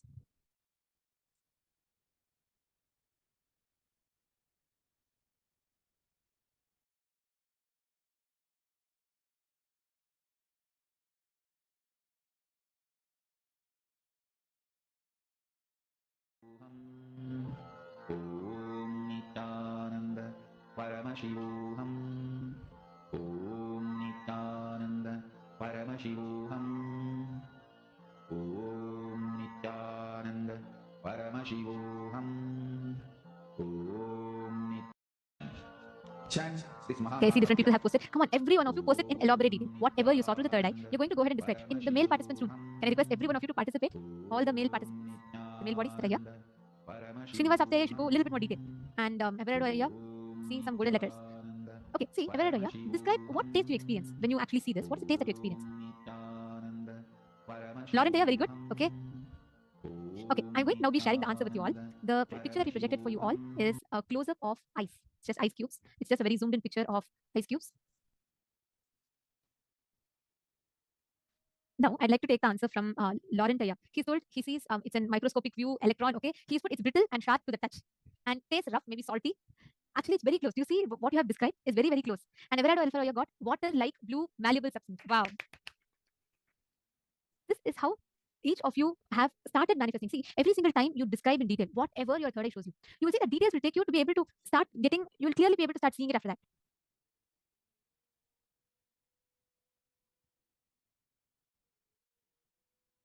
I'm just reading the different answers. Oh, Mama has posted. She's posted near mountain ice. Wow. Very nice. And I'm also saying many of you have started manifesting it. Understand? You should not expect you should get it like spot on the first time. But the fact that you're describing it, go to the details of whatever your third eye is revealing to you. Manitya Vamadevananda has posted glass structure, water, and smooth, which is very, very, very precise. That is right. You have manifested. And Guru Prasadini has posted that she's feeling cold when she touches it. Wow. So many of you have manifested. How many of you are able to see that it's a clear manifestation? Do you see there was no chance of you to guess what it was? Marva saying I said ice and tough at the first in chat. Wonderful. Marva, do you see now how each of you are manifesting? This is a clear power manifestation. I saw earlier some of you had a question if you're guessing it. This is not a guess. You could have never guessed. Just seeing the microscopic view of it. How many of you are understanding there's actually a power manifestation happening in you? We are going to be continuing to do more and more. I request all of you to sincerely participate in it. Now with this, let's move to the next session. This session is directly from the Mrigendra Agama, Shiva Vidya from Mrigendra Agama, where Swamiji is going to be explaining about who is Bhagavan Mahasadashivamurti, what does each of his 25 heads actually mean. Let's listen to the revelation now.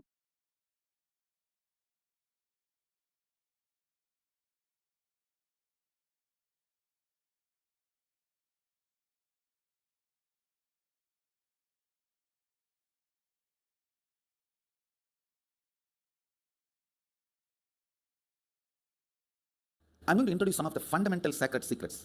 One good thing, introduced properly, these sacred secrets become just part of your very cognition just by the introduction because they are real. Give me a little friendly ear, that's all I want. I commit with you, I'll make the cosmos into your experience. Fundamentally, few understanding. Please listen. You are made of the same material in which Sadashiva is made. In Sanskrit, the word dhatu is used. You cannot literally translate that word. The word has no equivalent English word, so I'm creating my own word, Sadashiva wax. I'm just trying to map that word dhatu into English. There's no equivalent word. A lot of Agama words have no equivalent word in English because the concepts are too big. Unfortunately, the English language did not evolve to capture these concepts. Understand? I'm not condescending when I utter these words. I just have to tell you exactly what it is. So upfront, I want to tell you I'm not condescending, and I neither have a superiority complex nor have an inferiority complex. I'm neither arrogant nor humble. I'm not humble. See the way I'm sitting, the throne. I'm not humble. And same way, I'm not arrogant. I'm not interested in being arrogant. What is there for me to show you? I'm very straight. So please, give me a little friendly ear so all these great truths I can transmit it to you in a very straight way.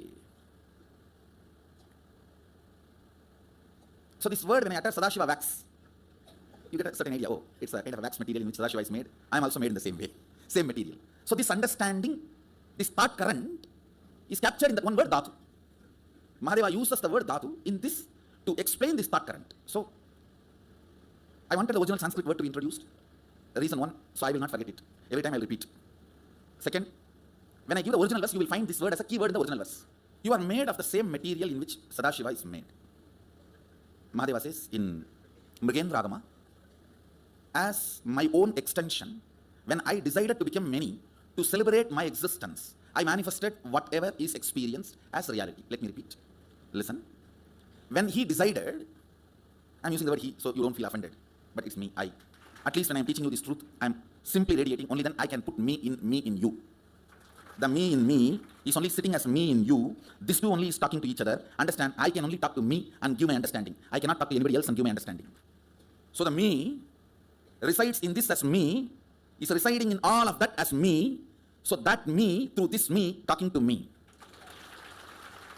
And now I'm telling you, please understand, Mahadeva is very clear.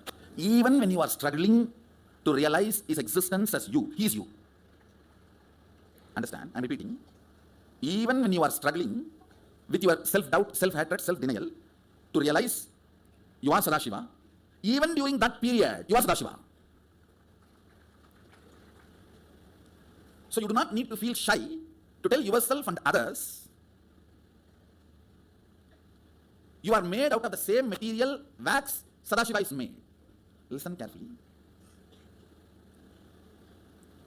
Getting offended is nothing but you so strongly believe you cannot become Sadashiva. Because you cannot become, I also can't become. Because I have become, I strongly believe you can become. Because you can't become, you strongly believe I have not become. This is what is the whole fight going on. The first truth I want you to understand, you are made of the same wax in which Mahadeva is made, Sadashiva is made. Second, see, I am taking you step by step because I am going to give all the original verses. So you will find whatever now I am telling, like a verse 1, verse 2, verse 3, like he is being very beautiful, like how to teach a beginner. So I am not jumping. And even if you think, oh, I have heard all this from Swamiji already, it's okay, listen once more. Because there are many people who are new. For their convenience, I am repeating step by step. And also it is good as if you heard and become enlightened. Listen. Nothing wrong in listening once more. So till you become enlightened, listen again and again and again. That's all. So second, listen. Mahadeva says, I become many to celebrate my existence. You became many only to celebrate your existence. Anywhere there is no celebration in your life, you forgot, you decided to become many. Listen to this interpretation. Whether the zone of your health, zone of your relationships, in any zone of your life, if you are not celebrating your existence, you forgot, you decided to manifest that. You decided to project that. Because this is too important. Understanding you need to have. Wherever you are not celebrating your existence, whether your health, your relationships, your wealth, your relationship with humanity, your relationship with the life, your relationship with the nature, your relationship with existence, your relationship with cosmos, anything, you forgot. You decided to become that. You decided to manifest. If you know you are manifesting, it is celebration. If it is not celebration, you are manipulating your own manifestation. I'm going to introduce Mahasadashiva, all its aspects and dimensions. Even if you don't intellectually catch it, it's okay, just sit. At least let your intellect knows he is beyond your intellect. Even that is also in a way catching it. Knowing that you can't know it also is in a way knowing it.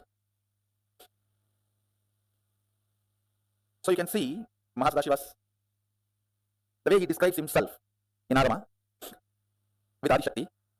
You can see him with the 25 heads. I should say, head without third eye is head. The moment third eye is awakened, it's no more head, it's identity. Head becomes identity when third eye is awakened. Till your third eye is awakened, even if your head is got no use, nothing is lost. Because nothing is there in the head. Once the third eye awakens only, you become an identity. So, because your existence is needed. Your existence is needed for you, for society, for humanity, for the universe. Till third eye is awakened, your existence is nothing more than this animals in the slaughterhouse. People look at that only as a next day meal. It's not looked as an animal. Of course, that's not right. That's the next. So you can see him having 25 heads. First layer 9, second layer 7, third layer 5, fourth layer 3, last layer 1. Listen, actually this 25 is not number 25. It is just countless. Any identity is part of Mahasadashiva. Then it's zillion or zillions, it's countless. Listen, first unit, length, all of you understand, your logic, breath, your visualization, emotion, heart. Understand, as long as there is only length and breadth, only this way exists. But when the length and breadth gets matured to depth, not only depth is born, in depth there are many other things born. Listen, when there's a water and land, these two are separate two units. When the water and land gets mixed, not only the fertile land is born, in the fertile land multiple things are born. How many of you are getting it? That multiple things in depth, when the length and breadth operates, the first thing starts is Shabda. Shabda. In depth, length and breadth crisscrossing. Your visualization and your logic crisscrossing. In depth manifests Shabda. Like one man, one woman becoming husband and wife and living in a home creates Shabda. Man is length, woman is breadth, house is depth. It is not just length, breadth, depth. Now the side of it starts. So that is why from the head of the depth, the multi-dimension starts. The next second layer is not called second layer, multi-dimension. Listen, because in the Shabda head, it is not one head. It is inclusion of length, breadth, depth together. So how many heads? So 4 put together is represented by one identity. Length, breadth, depth. All these are unit dimension. It's called Tattva. Unit. Listen carefully. Just now you all understood. The Shabda head. This head. All of you are able to see the Shabda head. That is 4 in 1. Am I right? Which is not. Listen carefully. To give you the first initial understanding, I told that is 4 in 1. Now listen. Length is 1. Breadth is length, breadth plus breadth 2.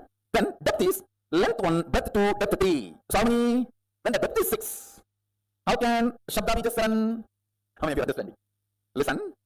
So now, 1 length, 2 breadth, 3 depth, put together, goes into multi-dimension. So it is not 4. It's how many? Let's calculate. Length 1, breadth 2. So how many becomes now? Plus 3 of the depth. So then 6 plus the 1 Shabda, which is outcome of the 6. So how many? Shabda is not 1. Shabda is how many? 7. Listen. 7 plus this 3 plus this 2 plus this 1. How many are you getting? So what is the Shabda number? When you look, no, 13. When you look superficial, how it look? No, first 4. 1 layer depth. When you look, how it look? 7. 1 more layer depth. When you look, where it is coming? So the Shabda head is not 7. See how he describes, you know. When you look in the front, 9 faces appear. When you look in the side, again 9 faces appear. When you look in the back, 9 appears. When you look this side, 9 appears. Then it is round pyramid structure. 9. Any side if you see 9, it does not mean one layer has only 9. Understand? Come with me. In this calculation, I am teaching you depth. How universe multiplies. How life is multiplying. Shabda. Tell me now. Length is 1. Length 1. Breadth 2. Depth 3. So in depth, how many heads are there? So now, this gets into Shabda. Where Shabda, when it is, see, till your child is born, he is part of both of you. The moment he is born, he is one independent entity. The moment Shabda is born, he is independent entity having all. Length 1, breadth 2, depth 3 as part of him, because he has become independent. He himself has one more length, one more breadth, one more depth. Everyone is catching? So it is not plus, it is multi. Universe is multi-dimensional, not universe. The word itself is too small. Multiverse is the right word. Now, when time is added to a length, breadth, depth, the next dimension, next unit is time. But understanding this in your cognition is very important. Time, when it's added, time is not four head together, which is not 4, which is 1 plus 2 plus 3 plus 4. Because time is born now, it is 4.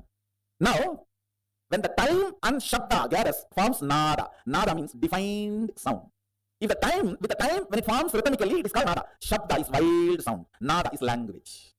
You understand the difference? Shabda is wild sound. Nada is language. Shabda is wild river. Nada is embanked canal. Nada Kala is pure drinking water. I'll explain about that next. It is in Nada Kala your will is created. Understand, your will does not belong to a language. Sometimes even what you don't describe will become reality because it belongs to intelligence. So when you create a will to manifest power, your wordings will never be adequate. How many of you understood that? The word you generate for manifesting powers, your will, the words you generate will never be adequate instruction. It will be the legal document only. Unsaid, unforeseen, foreseen, unforeseen. A person who can bring integrity to his thought current only can experience Nada Kala. Means while you are thinking, completion. Listen carefully. Listen. While you are making a will to manifest power, if you are not comfortable and complete enough about the instruction you generated, and you are feeling very unstable, little incomplete, I don't know whether I did it right, am I completely creating all this, how many of you are having? That is what is non-integrity with yourself. That is why insistence on integrity. You understand, integrity is not morality. It is a spiritual power. The ability to make a clear will. Hey, this is it. Leadership, integrity is one and the same. Chastity and integrity is one and the same. Listen now. I am not asking you to practice integrity as a morality. I am asking you to practice integrity to define your Nada to Nada Kala. Means subtle purification in your thinking. Subtle purification in your thinking makes your whole body ecstatic. Listen, that's a beautiful story. Somebody goes to this great Swami Paramashivoham, who is literally considered to be the son of Sri Ramakrishna in Ramakrishna mission. Swami Paramashivoham has a higher place than Vivekananda. If you are an insider, you understand. Paramashivoham is considered to be the spiritual son of Ramakrishna. This Paramashivoham Swami, somebody goes to him and asks, I want sannyas, I want to be brahmachari and sannyas. He was actually sitting and peeling that potato, Bengalis, potato and sugar. Even if they want to commit suicide, they will add that in the poison and drink. Bengalis, even if they want to commit suicide, they will add potato and sugar in the poison and drink. Only then they will commit suicide. If there's any Bengali, don't feel offended. So he was peeling the potato. March Mishti Tamak, that is their life. He gave the potato to that boy, young man, and asked him to peel. But they were shocked. He came for sannyas and he's giving me the potato and asking me to peel. He peeled one potato, and the Brahman Swami took the potato and said, you will not be sannyasi, get lost. I won't admit you in the monastery. No admission, rejected, get lost. He says this only. The subtle clarity in thinking. A lot of integrity is required for chastity. Sometimes my administrators who work around me, I'll tell them, the person who has done a mistake in accounts department, I'll say, hey, she's not chaste. He's not a brahmachari, there's a hole in the pot. He cannot be sannyasi. They'll think, how can I make such a big observation for some 30 to 40 accounts missing? It is not what has happened, it is from where it has happened. The Nada Kala. Understand, this whole detoxification is to raise your Shabda to Nada, Nada to Nada Kala. To bring you more and more integrated to your thinking. That's all, nothing else. What you want, if you can tell yourself, you can get it because you are Mahayava. Understand? Length 1, breadth 3. How many are understanding? It's not 2. It is 1 plus 1 plus this one, 3. Depth 1 plus 3 plus what? 3. 1 plus 3 plus 3, 7. Because the moment that is born, that is 3. The moment child is born, you can't keep him as you want. Because he is born out of you does not mean he will be under you. You always have this stupid thing. Equating him also as equivalent to you. No, he is both of you put together and his own craziness. You never value his craziness. Understand? That is why you are shocked when you see his craziness. So, what about time? You yourself calculate. 1 plus 3 plus 7. So, what's the number? 11 plus 11. Because when time is born, it has all the identities of this level into it. Not even 12, because time is its own independent identity. How many of you are catching? What is space now? No, actually you have to visualize clearly. One, and count. By the time coffee has come to mind, come back. One. I'm not confusing. I'm making you guys understand the futility of your mathematical length. I'm just making you guys move to the next level. How many of you are catching what I'm saying? It is not pyramid structure, it is living identity structure. See, the egg again is gone. Tell me like, now you are there, time zone. What are your experience? The very depth of the time. Lengths, all the things. Breadths, length and breadths. Depths, length and breadths and depths. Lengths, breadths, depths and time in time. Listen, I'm not confusing you, listen. Length of the length and length of the breadth both exist in time.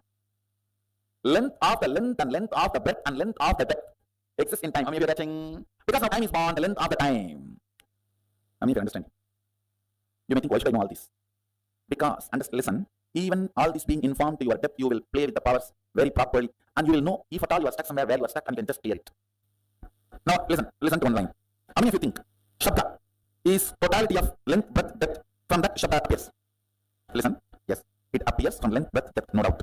So you will put the totality of length, breadth, depth to Shabda, but it cannot exist without space. That is why multi-dimension. Anything in multi-dimension may be generated from some of the unit dimension, but it cannot exist without all the unit dimensions cooperation. How many of you agreeing? So all the unit dimensions have to be present in even the first of multi-dimension. Understand? I'm teaching you the tattva, unit of cosmos. Can sound, Shabda, exist without space? In length, breadth, it will be generated. But it will die the moment it is generated. Only the space it can hold it and keep it alive. Without space, can the sound be kept alive? Then without space, where the sound it will die here, it will not reach your ears. It reaches your ears because there's a space. How many of you are understanding? So, multi-dimension means all the unit dimensions have to be present there. Multiple dimensions means all the unit dimension and multi-dimensions have to be present there. Now calculate. No, you are contemplating on Mahadeva, his glory. Understand? Only when your logic understands, it cannot capture. It allows the breath, emotion to open up, devotion to open up. When your devotion also understands, I cannot capture it. Your depth opens up. Your depth says, where am I to grasp him? Then your time opens up. Your time, when it goes crazy, the space opens up. The space only creates oneness.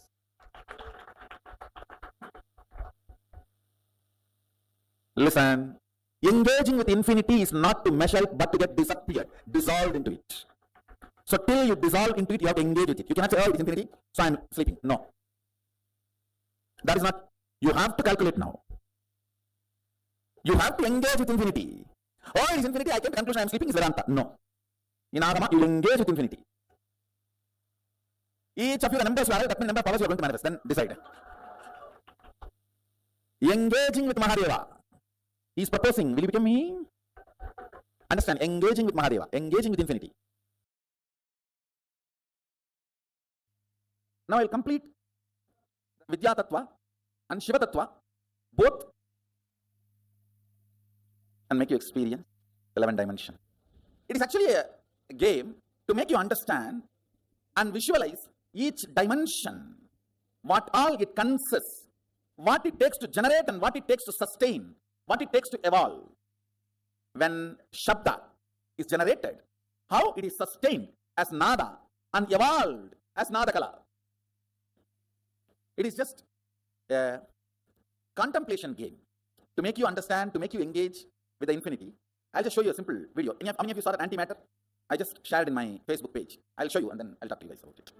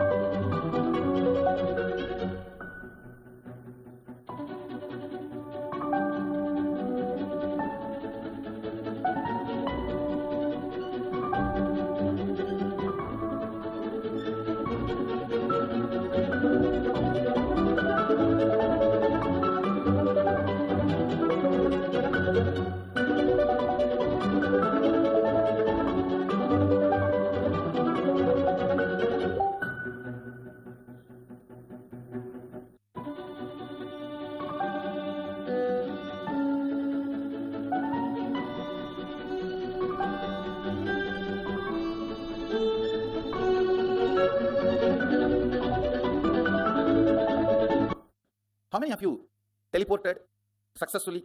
At least once, raise your hand. All of you already produced antimatter.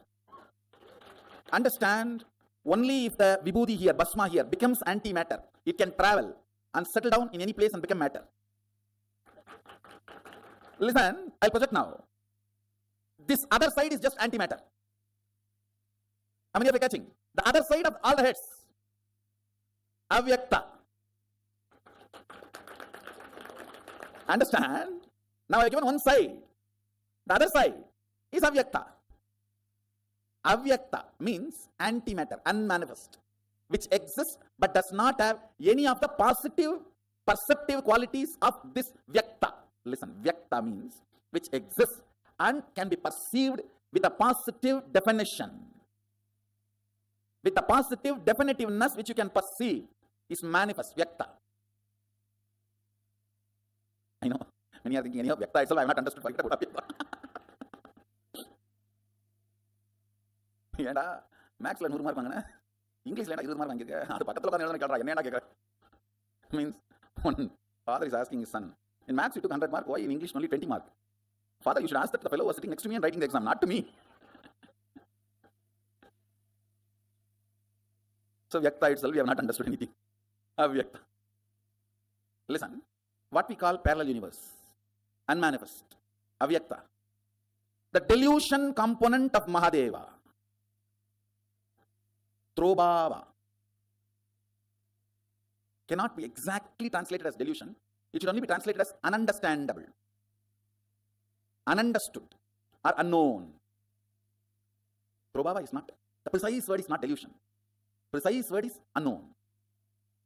The various permutation combinations of the 5 units, 5 unit principles is length, breadth, depth, time, space. 5 tattva, principal tattvas. The various permutation combination of these 5 principles forms 11 dimensions. Length, breadth, depth. These 3 dimensions operate in Bhu. The pure space where all other things merge into the space is Kailasa. The 14 lokas. Atala, Vitala, Sutala, Talatala, Bhatala, Bhur, Bhuva, Suva, Tapas, Satya. All those 14 lokas come under these 11 dimensions.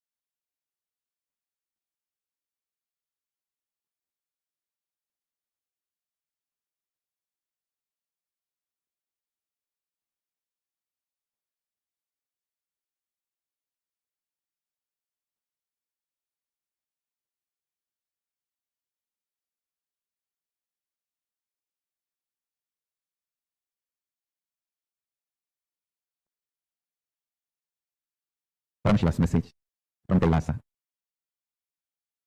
Understanding the multiple dimensions of your existence can coexist without chaos and prioritizing simultaneously, spontaneously in you makes you chaos free, stress free, tiredness free, incompletion free, worry free. Listen, I'll explain. Very simple thing I can tell you. Visualize yourself with the 25 heads of Paramashiva, 75 eyes. Now decide all your problems, difficulties, business, everything. You will think through these 25 heads and find solution. Please listen. These visualizations like 25 heads of Paramashiva, 75 eyes of Paramashiva, 50 hands of Paramashiva, all this expands your conscious elasticity. Mark these words. Mark this word. Conscious elasticity means capacity to conceive larger ideas, ideologies, principles, theologies without getting broken or damaged, feeling consistently all the multi-dimensions of your existence and the cosmos is organized, centered on you, your consciousness. Listen, if you feel in the waking state who you are and in the dream state who you are is absolutely unconnected and not even able to have connection, be very clear, it means you are highly stressed and almost broken inside. The multiple parts of you, dreaming part, visualization part, thinking part, emotional component, feeling component, deciding component, all this, if it is connected, in sync, synergic, that is what I call conscious elasticity. It just gets pulled, pushed, dragged, but never gives way, breaks. Falling into dream state, falling into deep sleep, getting out of it, should be almost like a sweet vacation. Sweet vacation.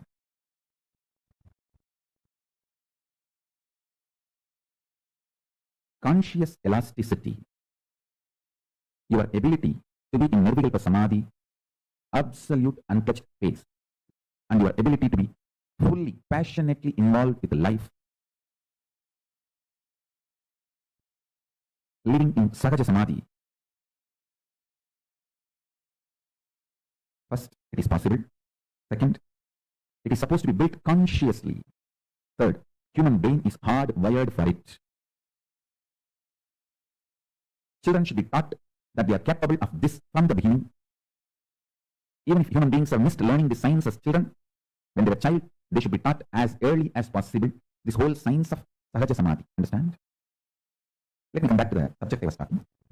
Visualize you with 25 faces. I tell you, every day you are also doing all these 25 actions. You are creating something, you are maintaining something, you are rejuvenating something. You are pulling yourself out of delusion sometimes. You are liberating yourself sometimes. All these 25 actions you are also doing, but with a lot of conflict, stress, friction, fight, internal chaos, because you do not understand all these 25 can coexist in a very orderly way. If you can organize your inner space and understand this 25 constantly is happening in you in a very orderly way. Please understand, this next 24 hours, I want to dedicate it to this one principle. All of you, sit and pen down, think, do Vakyartha Sadas on this one principle. How you are doing all these 25 actions of Paramashiva in your life every day. Understand? Macrocosm is Paramashiva, microcosm is you. You are the microcosmic version of macrocosm Paramashiva. Brahmanda is in Pindanda.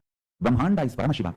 You in your body, in your Pindanda, is direct version, reflection, representation of that Paramashiva in all its glory, capability, possibility, and powers. You are blueprint of Paramashiva. Conscious elasticity. If you visualize you with all these 25 phases of Paramashiva, the different aspects of your life, your capacity to keep everything integrated to your consciousness is conscious elasticity. If you feel these 25 phases, heads of Paramashiva is on your head, the neck muscle actually keeps all the heads integrated to your body. Same way, the conscious elasticity is the neck muscle keeps all these 25 phases and paces of you, keeps integrated to your consciousness. Understand? All of us are doing these 25 activities. You are creating, maintaining, maybe in small scale. Destroying, putting in delusion, pulling out of delusion, liberation. All of us are doing.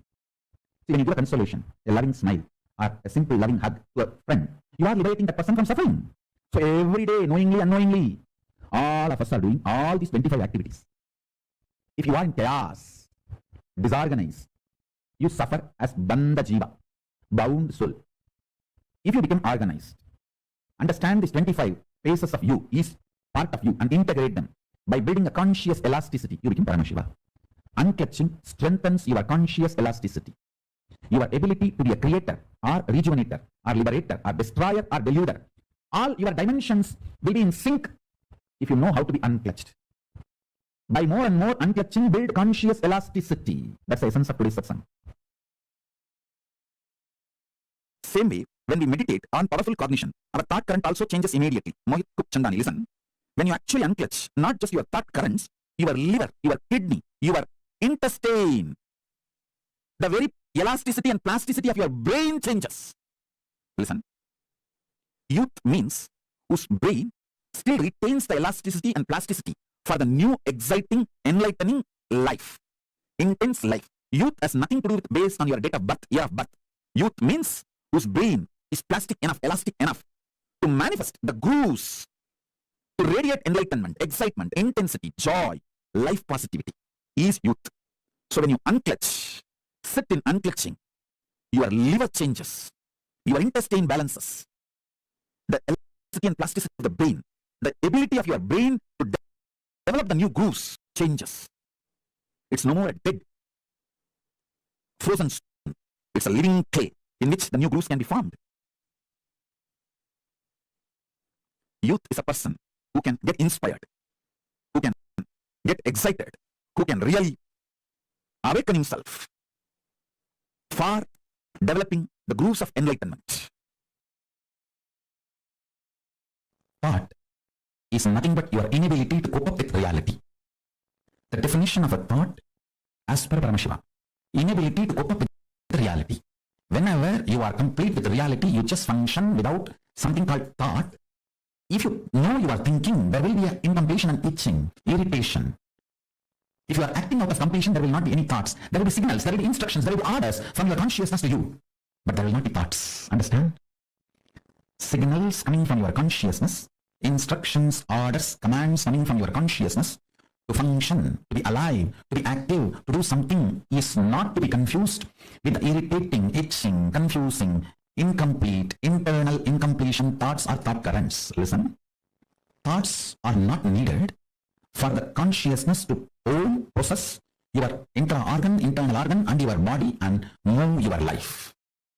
You need to know, you confuse between your thoughts and the instructions of your superconsciousness to your consciousness, to your consciousness, to your intra-organs, from your intra-organs to your internal organs, from internal organs to your body. Don't confuse that and this. Listen carefully. Paramashiva moves this whole universe without thoughts being in the state of Paramashanta Swarupa. That shows thoughts are not needed to run your existence as Paramashiva manifested it. Thoughts are, you are feeling something is missing, inadequate, not enough, incomplete. That insecurity, suffocation, incompletion, that generates something cranky once going in your brain. Parasites running in your intestine. That crankiness, the thoughts and thought currents generated by that crankiness is not needed to run your life. This is the most powerful, important cognition you need to cognize. Understand, Hinduism fundamentally does not believe in belief system or faith system. It very clearly explains the methodology of powerful cognition-based functioning system. I'm not going to tell you, believe, you don't need thoughts to run your life. No. I'm going to say, Shravana, listen, Manana, internalize, Nithyananda, start living this powerful cognition. So the powerful cognition I'm giving you now, Paramashiva, running the whole universe, much, much, much more than what we are running in our life. He is running it from the space of Paramashanta Swarupa, without any thought currents, out of pure intelligence. When he can run, you can run. Decide, you will be in the space and state of Paramashiva, Paramashanta Swarupa, and live your life. You will see thoughts and thought currents become redundant. They just fall off from you. Like old skin getting peeled off and falling. The old hair falling, old nail falling. Just like old things fall off from you. The ideology you need thoughts and thought currents to run your life will fall off from you. Meditate on this powerful cognition. Internalize it, manifest it. Do Shravana Manana Nididhyasana of Paramashanta Swarupa, Paramashiva, who is so big, he does not need thoughts even to run this whole universe. Even to run this whole universe, he does not need thoughts. Why do you need thoughts to run your life? Too small. Desire to be in his space by listening, internalizing and manifesting this powerful cognition in your inner space. Live and experience thoughtless space. There is a space below your heart center, above the navel center, Ananda and the chakra, where all the 21 chakras, above 7, middle 7, below 7, all the 21 chakras merge in. In the Ananda and the space, remember, you are Paramashiva. What you feel as Paramashiva, what you feel as I and Paramashiva is one and the same. With that decision to cognize Paramashivoham, Paramashanta Swarupa, Paramashivoham, he will manifest more and make you cognize you don't need thoughts and thought currents to run your life. Without thoughts and thought currents, just by directly manifesting this intuition and Paramashanta Swarupa, you become more and more efficient, more and more energetic, more and more alive, more and more spiritual, more and more strong, more and more enlightened. Your breathing and his breathing is one and the same. Please understand, this is the real good news I want to tell you. If you are breathing, he is breathing inside you. Your breathing touches his breathing and comes back. Every time when you are inhaling goes in and turns to come out, it touches his breathing and then comes out.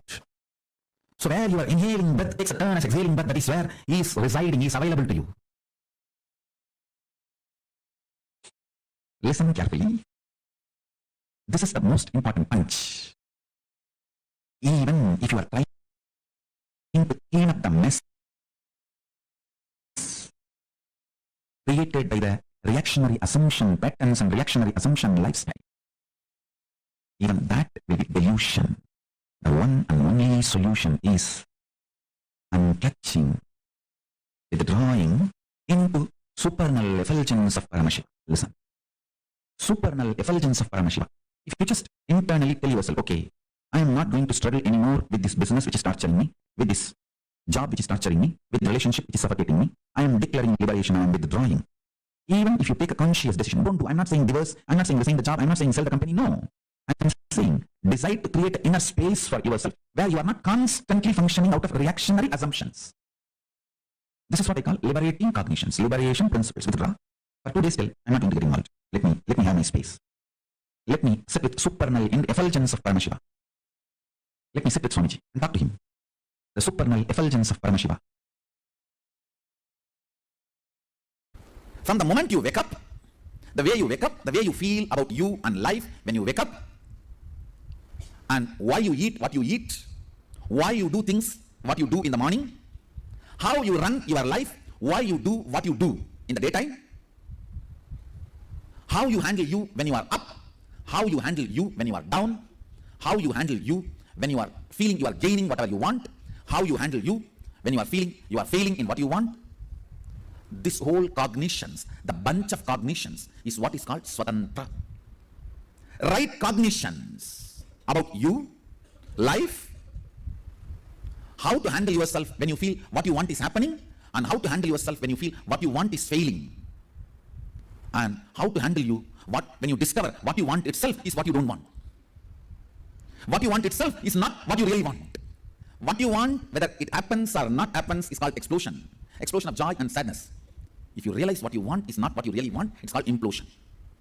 During the implosions or explosions, how you hold you, the methodology with which you are handling yourself, this whole cognition is Swatantra. Listen carefully. Shanti means able to see the gap between what is the instinct of the I and what is the instinct of the mind. That is Shanti. Able to see inside your inner space, the thoughts generated in you, are they from mind or are they from I? Always the I realizes and releases only powerful cognitions. Always mind realizes and raises only powerless cognitions. It's the eternal law of life. Ability to see the gap is Shanti. Inability to see the gap is Moga. Understand? Worst shade of the lust is not the attachment with another person or the body. It is not the craving or the attachment you have for another person or the body. It is inability to see the cognitions you are carrying are from the I or from the mind. Shanti means ability to see the gap between these two. Is my decisions and ideas, identity is coming from the I or mind? Be very clear. All the great things comes from I and all the worst things comes from mind. Lust confuses you and makes you feel the I is the source of the mind, and many of the decisions of the mind gets the rubber stamp of I and gets executed. That is the worst forgery happens inside your system. Understand? It is like forging the president's signature. How can the country be safe if somebody forges the president's signature? Because once the moha is able to convince you the decision of the mind is the decision of the I, you just do it. Paramashiva is called as Paramashanta Swarupa. Meditate on this quality. I connect with you, I'll program this Paramashanta in you. Intensify your inner space through any one of these methods. I'll describe the methods now. Just 5. Continuous, unbroken prayer. A continuous, unbroken ajapa japa. Continuous, unbroken Paramashanta Swarupa Dhyana. Continuous, unbroken oneness. Continuous, unbroken unclutching. Understand? I can give some more methods. First, let me describe these. Use any one of this or all of it, no problem. See, sometimes you may feel that prayer is so deeply helping you. Do that. Sometimes completely sitting in Paramashanta Swarupa, just letting the universe run, and you sit as Paramashanta Swarupa, Paramashiva Swarupa, as a center of the whole universe. I tell you, really, the life you feel inside you is center of the universe. I tell you, this is the fundamental truth. The inhaling prana going inside you touches the Dvadashanta, the space of Paramashiva, where Paramashiva resides in you. Only then it takes a turn and comes out. Understand the first sutra. If you start living in the space of peace of Paramashiva, Paramashanta Swarupa, remembering the reality he breathes, inhales and exhales in you, with the eternal bliss and peace, and that becomes Nithya in you, the very quality of your existence goes up. See, the taste, what you consider as joy, bliss, that very quality raises.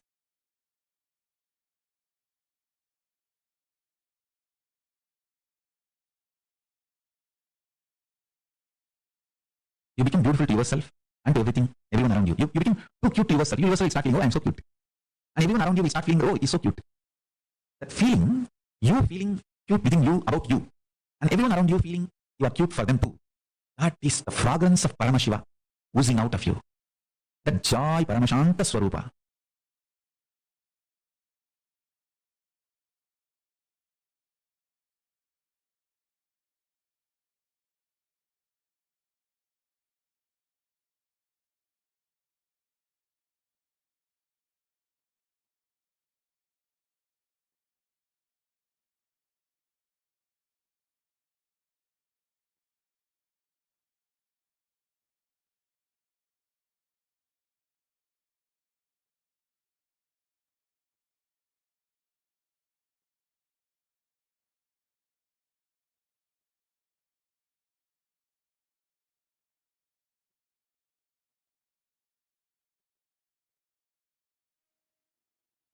Nithyananda, Swamiji had very beautifully explained to us about what is conscious elasticity and how this 25 heads of Paramashiva, what does that actually mean? So beautifully Swamiji explained it to us, right?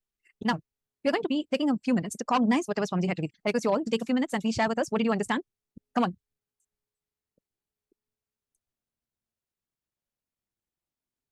All the participants that are here with us, please take a moment and please post here. What did you understand?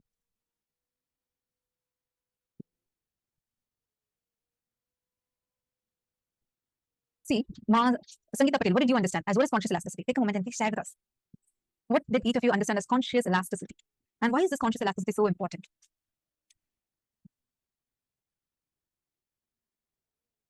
See, I request all of you to intensely listen because this is something too important for us to understand and cognize. This conscious elasticity is how much we are able to engage without breaking down and go on empowering ourselves with more and more powerful cognitions and engage with reality. This is called as conscious elasticity. Whenever you meditate upon the powerful cognitions, large visualizations, for example, actually visualizing Paramashiva, the very form of Paramashiva, 25 heads, 50 hands, 75 eyes. How is this form of Paramashiva existing? Actually, let's do a quick activity. We're going to be actually projecting the image of Mahasadashiva Murti. I request all of you to take a few minutes. Don't just manually count the number of heads in the image. Visualize that you are Mahasadashiva and visualize, okay, one head. Then in the first row, have one, then there's one here, there's one here. Totally, there are 9 heads in the first row. Then 7 heads in the second row. Like this, you're going to be visualizing and counting. And you're going to post first how many heads are there in each row. You see, it's very easy to just see the image and count, but that's not activity here. You're going to visualize it. And actually, just by doing this counting, the conscious elasticity in you will expand. You will literally see, suddenly your whole brain will feel like it's expanding. You will suddenly start seeing the whole brain will start cognizing. You will feel like, oh God, it's expanding so beautifully. So please take a few minutes and sit and pen down. We will be projecting the picture also to all of you, but as much as possible, visualize it consciously. Don't try to you do it logically. Just visualize it. Mahasadashivas with 25 heads. So actually sit and visualize how it will be stacked up layer by layer by layer.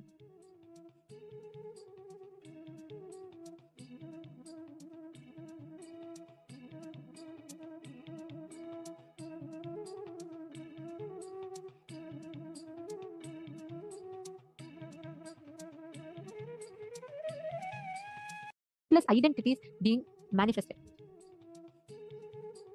Now, each of us need to cognize and experience this exact truth within us. how we can experience the conscious elasticity, and how we can manifest the powers of the superconscious experiences which will directly work on how we can experience the conscious.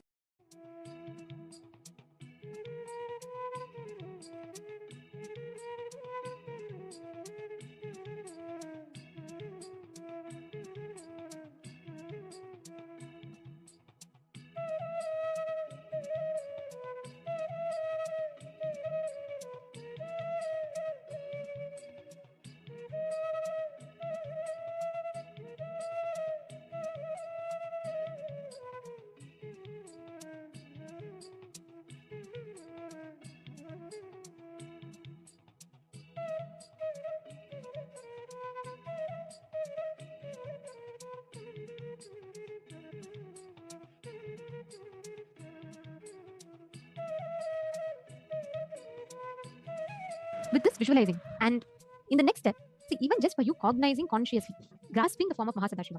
Now, in the next step, let us verify it. If you see in the first layer, there are 9 heads, the second layer has 7 heads, the third layer has 5 heads, fourth layer has 3 heads, and the fifth layer has 1 head. So, total is 25 heads, and it is not just a number, it is countless identities being manifested. Now, each of us need to cognize and experience this exact truth within us. How we can experience the conscious elasticity, and how we can manifest the powers of the superconscious experiences which will directly work on rewiring our brain, rewiring the subtle brain grooves that we carry.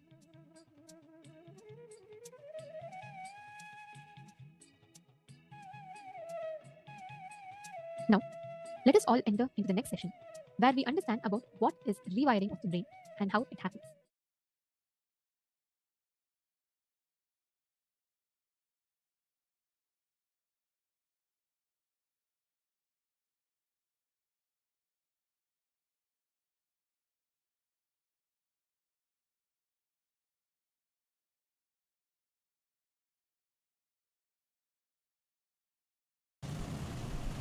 All your actions, which comes from your very cognition, not from your pattern. How to differentiate? I'll show you. If your actions are celebrated by you when you are up or down, it is the actions from your cognition. If some of your actions are not celebrated by you while you are up and down both, then it is your reaction. Understand?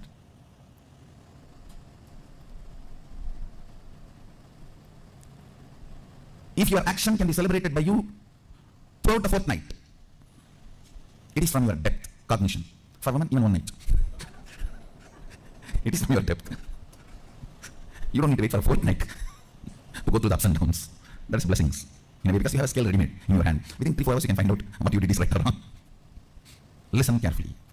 Throughout your ups and downs, if your actions are recognized by you, it is the action from depth. It is not reaction.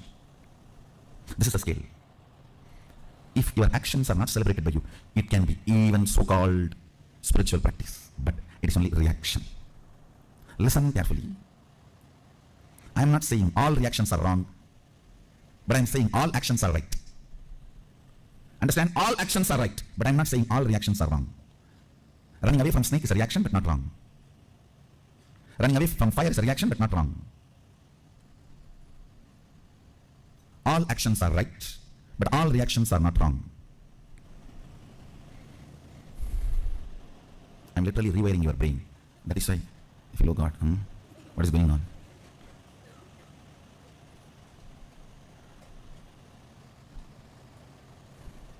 Today, every statement I uttered, if you contemplate, you will develop a thoroughly new neurology. So you can perceive the reality as it is. Delusions, Maya, need to be handled with nuclear bomb, not with a surgical instruments, no.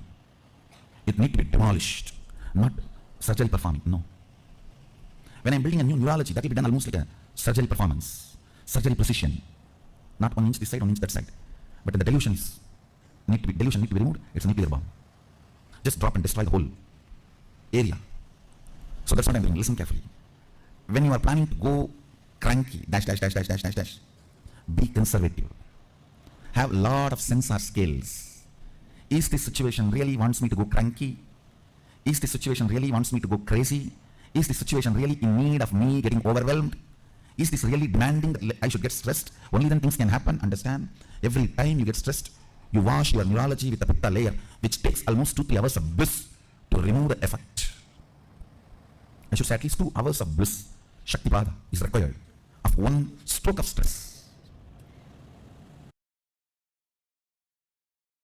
The ability of your brain's power, ability of your brain's expertise, the subtle grooves of your brains, its ability and expertise to catch the experience of consciousness.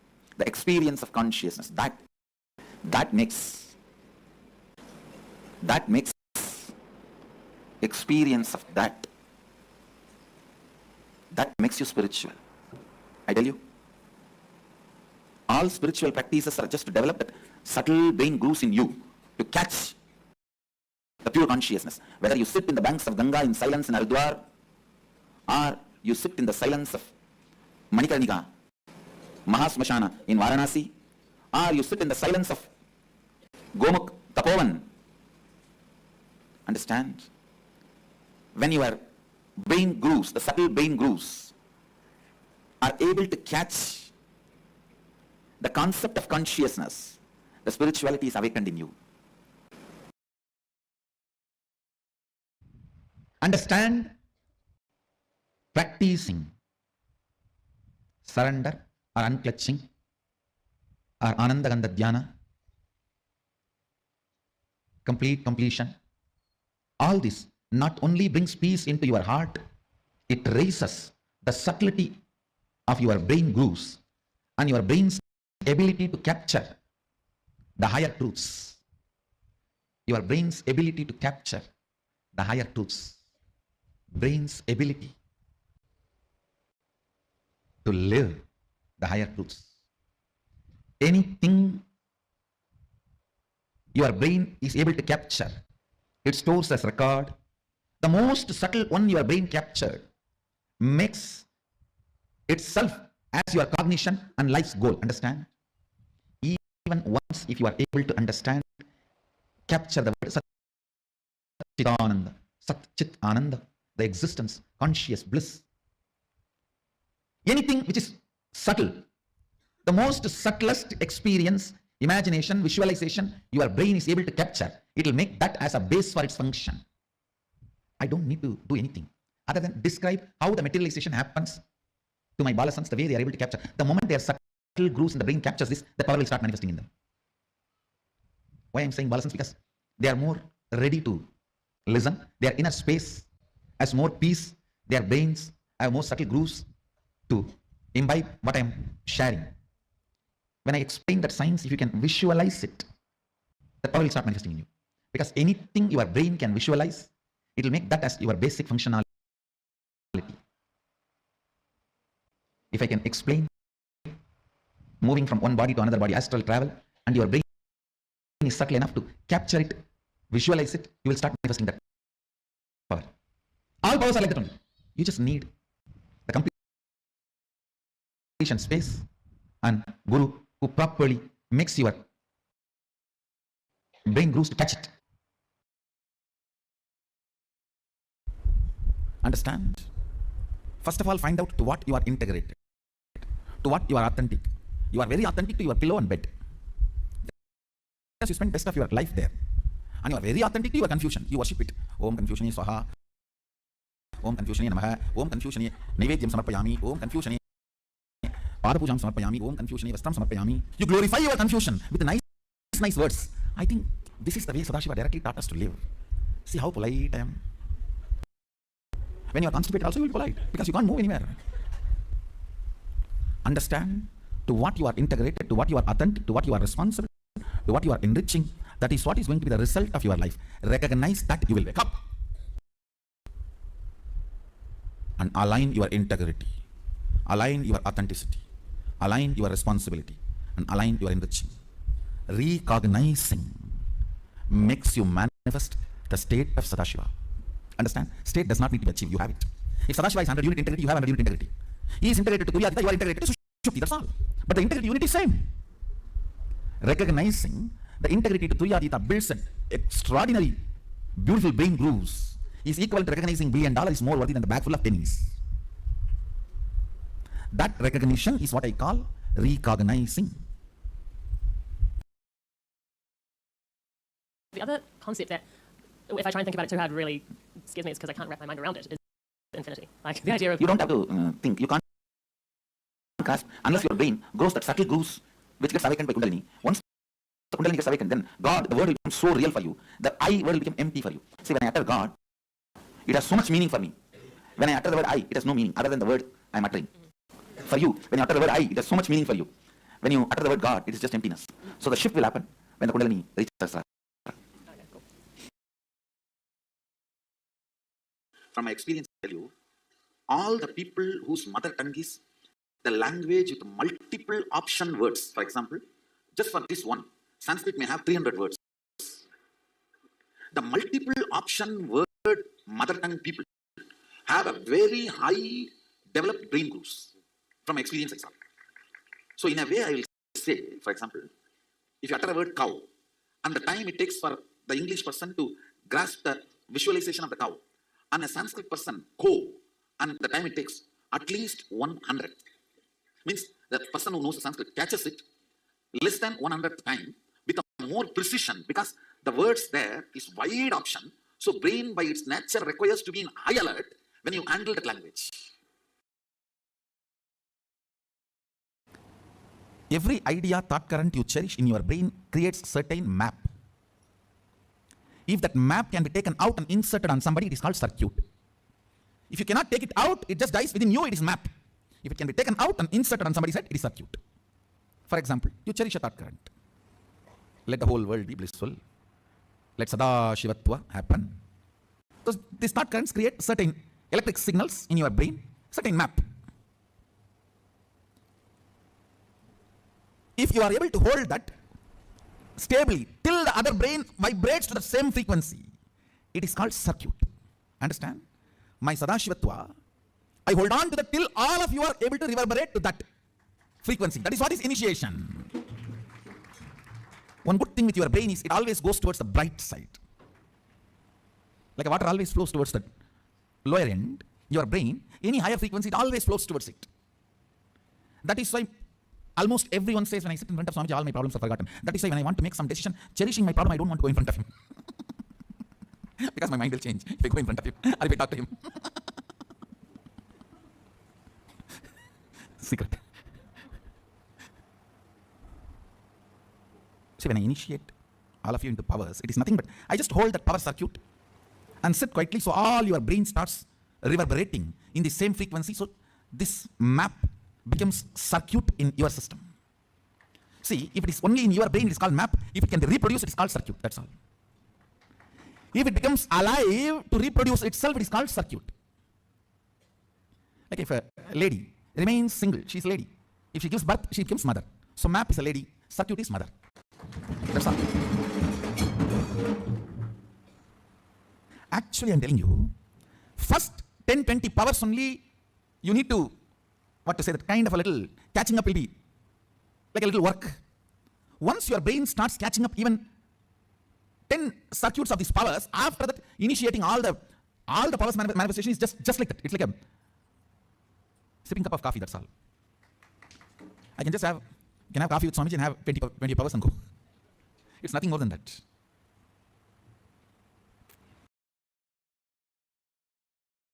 Listen to this great truth. Declare your integrity to Paramashiva. Request Paramashiva. Only with His grace you can even bow down to Him. Ask Him to give you the grace to bow down to Him, connect with Him, and have devotion and manifest Him. That's enough. That's enough. He will manifest and bless all of us. So now, sit straight. Let's dissolve into Paramashiva. Let Paramashiva manifest now in all of us. Sit straight with the original words of Paramashiva. Understand, Paramashiva himself uttered these words in Agama to describe himself. I'm going to utter the original words of Paramashiva and invoke him in all of us. He's going to manifest now. Sit straight. Close your eyes. Om Satyo Jatam Prapathyami Satyo Jata Yavai Namo Namaha Bhave Bhave Nati Bhave Bhavasvamam Bhavod Bhavaya Namaha Vamadevaya Namo Jeshtaya Namaha Sreshtaya Namo Rudraya Namaha Kalaya Namaha Kalavigaranaya Namo Balavigaranaya Namo Balaya Namo Balapramadhanaya Namaha சர்வபூததமனாய நமோ மனோன்மணாய நமः. அகோரேப்யோ தகோரேப்யோ கோரகோரதரேப்யः சர்வேப்யோ சர்வசர்வேப்யோ நமஸ்தே அஸ்து ருத்ரரூபேப்யः. தத்புருஷாய வித்மஹே மகாதேவாய தீமஹி தன்னோ ருத்ர பிரச்சோதயாத். ஈசானः சர்வவித்யானாம் ஈஸ்வரः சர்வபூதானாம் பிரம்மாதிபதிர் பிரம்மணோதிபதிர் பிரம்மா சிவோ மே அஸ்து சதா சிவோம்.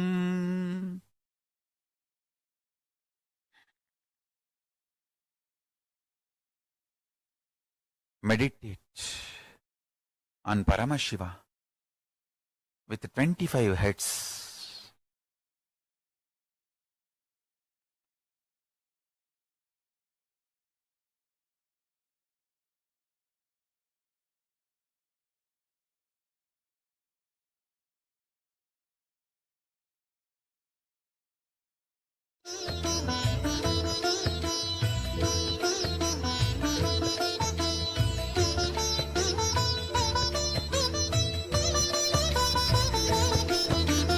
ஏகதயாநிதி ஈஸ்வரனாம் நம ஈன்றவள் சூருக்கு காவலனாம் சாஸ்வதமானவன் ஈஸ்வரனாம் நம் சாகச செயலுக்கு மூலவனாம் சிவபெருமான் யுக சுகம் தருவான் வழியுரைத்து நல்ல வரம் தருவான் சன்னதி வந்தோர்க்கு நிம்மதி தந்தாளும் ஈசனை நேசனை போற்றிடுவோம் நடன சபேசன் திருவருள் நாடி நடப்போம் நடப்போம் மதுரை பதி தேடி.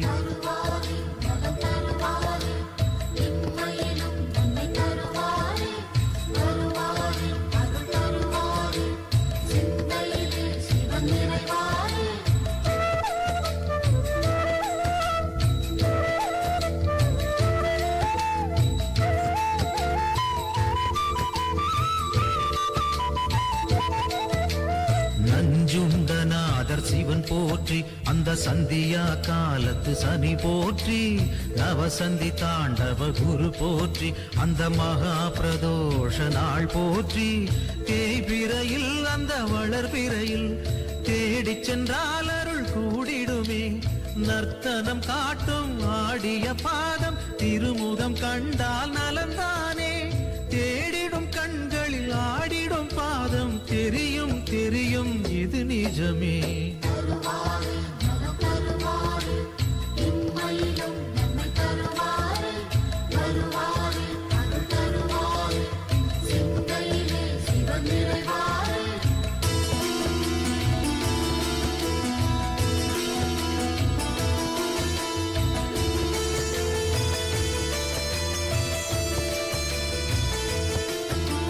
கனலென மூழ்வது சிவன் தேகம் பெரும் கருணைக்கு ஈடு அவனாகும் ஐந்தனானது பிரதோஷம் நல்ல சுபிட்சத்தை அருள்வது பிரதோஷம் பௌர்ணமியில் சிவ பூஜை செய்தால் சிவனவனின் அருள் நம்மை சேரும் ரிஷபத்தில் தோன்றும் ஈஸ்வரன் கோலம் பார்த்திட கூடிடும் சந்தோஷம் திருநீரு பூசி திரிசூலம் தாங்கி இறைவன் அருள்வான் கோடி வரமேந்தி.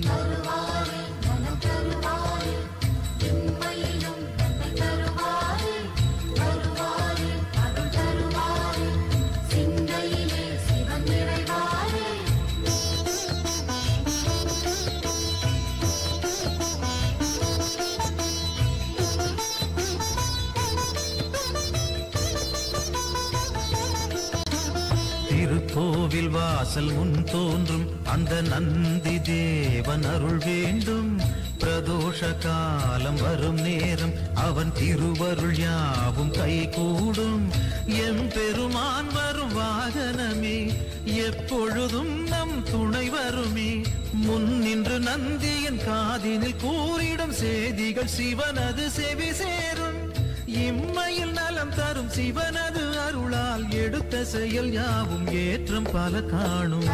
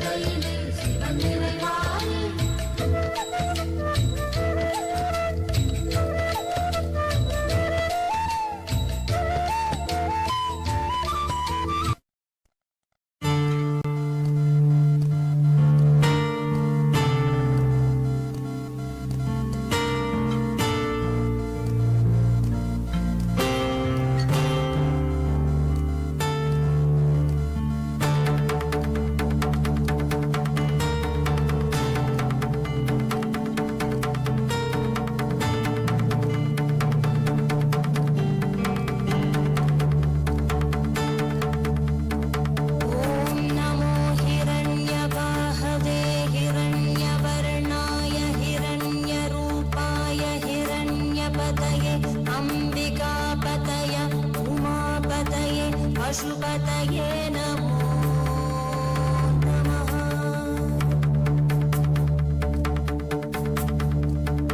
ॐ नमो हिरण्यवाहवे हिरण्यवर्णाय हिरण्यरूपाय हिरण्यपतये अम्बिकापतय उमापतये पशुपतये नमो नमः।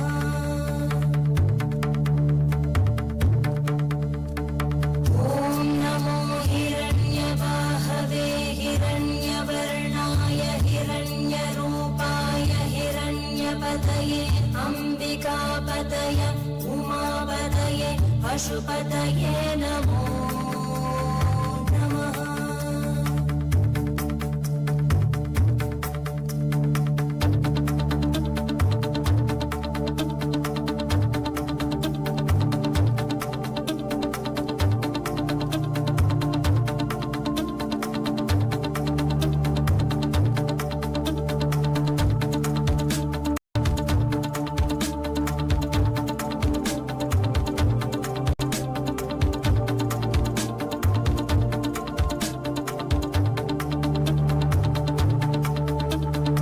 ईशानः सर्वविद्यानाम् ईश्वरः सर्वभूतानां ब्रह्माधिपति ब्रह्मणोऽधिपति ब्रह्मा शिवो मे अस्तु सदा शिवो।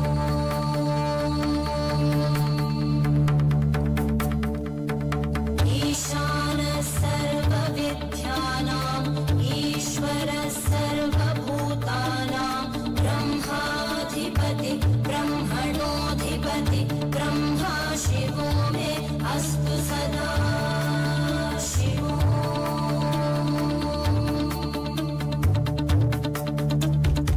ईशानः सर्वविद्यानाम् ईश्वरः सर्वभूतानां ब्रह्माधिपति ब्रह्मणोऽधिपति ब्रह्मा शिवो मे अस्तु सदा शिवो।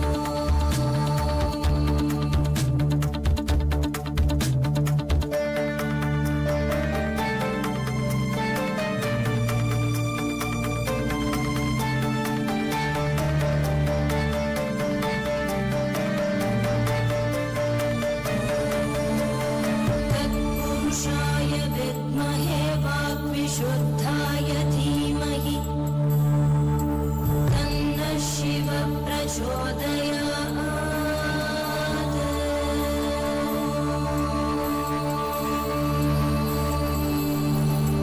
महादेवाय विद्महे रुद्रमूर्तये धीमहि तन्नः शिवः प्रचोदयात्।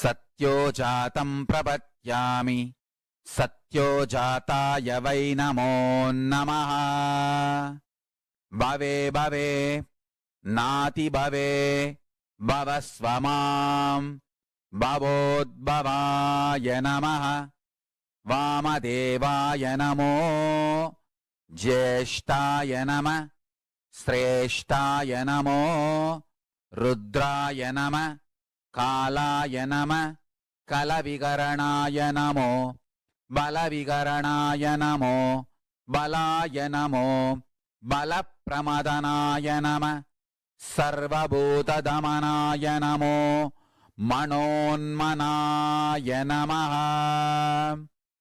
अकोरेभ्यो तकोरेभ्यो घोरघोरधरेभ्यः सर्वेभ्यो सर्वसर्वेभ्यो नमस्ते अस्तु रुद्ररूपेभ्यः तत्पुरुषाय विद्महे महादेवाय धीमहि तन्नो रुद्र प्रचोदयात् ईशानः सर्वविद्यानाम् ईश्वरः सर्वभूतानां ब्रह्माधिपति ब्रह्मणोऽधिपतिर्ब्रह्मा शिवो मे अस्तु सदा शिवोम्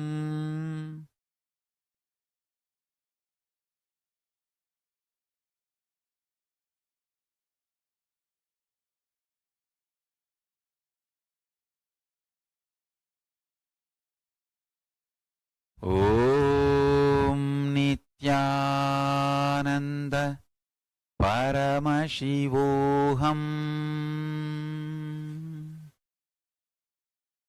I bless you all to manifest Paramashiva. I'll continue in the further satsangs to explain each of the murtis, Sadashiva Murti, Tatpurusha Murti, Ishana Murti, Vamadeva Murti.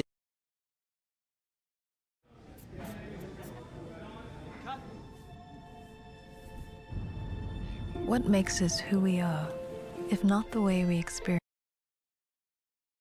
Don't miss the satsangs, next satsangs. That's one. Second, essence of today's satsang is universe is not obligated to make sense to us. Only we are supposed to be making sense to universe. And declare this to Paramashiva, your surrender and integrity. Request him to manifest in you and your life. So with this, I bless you all. Let's all radiate with integrity, authenticity, responsibility, enriching, causing, living Shuddhatvaita Saivam, Paramashivoham, the eternal bliss, Nithyananda. Thank you. Be blissful.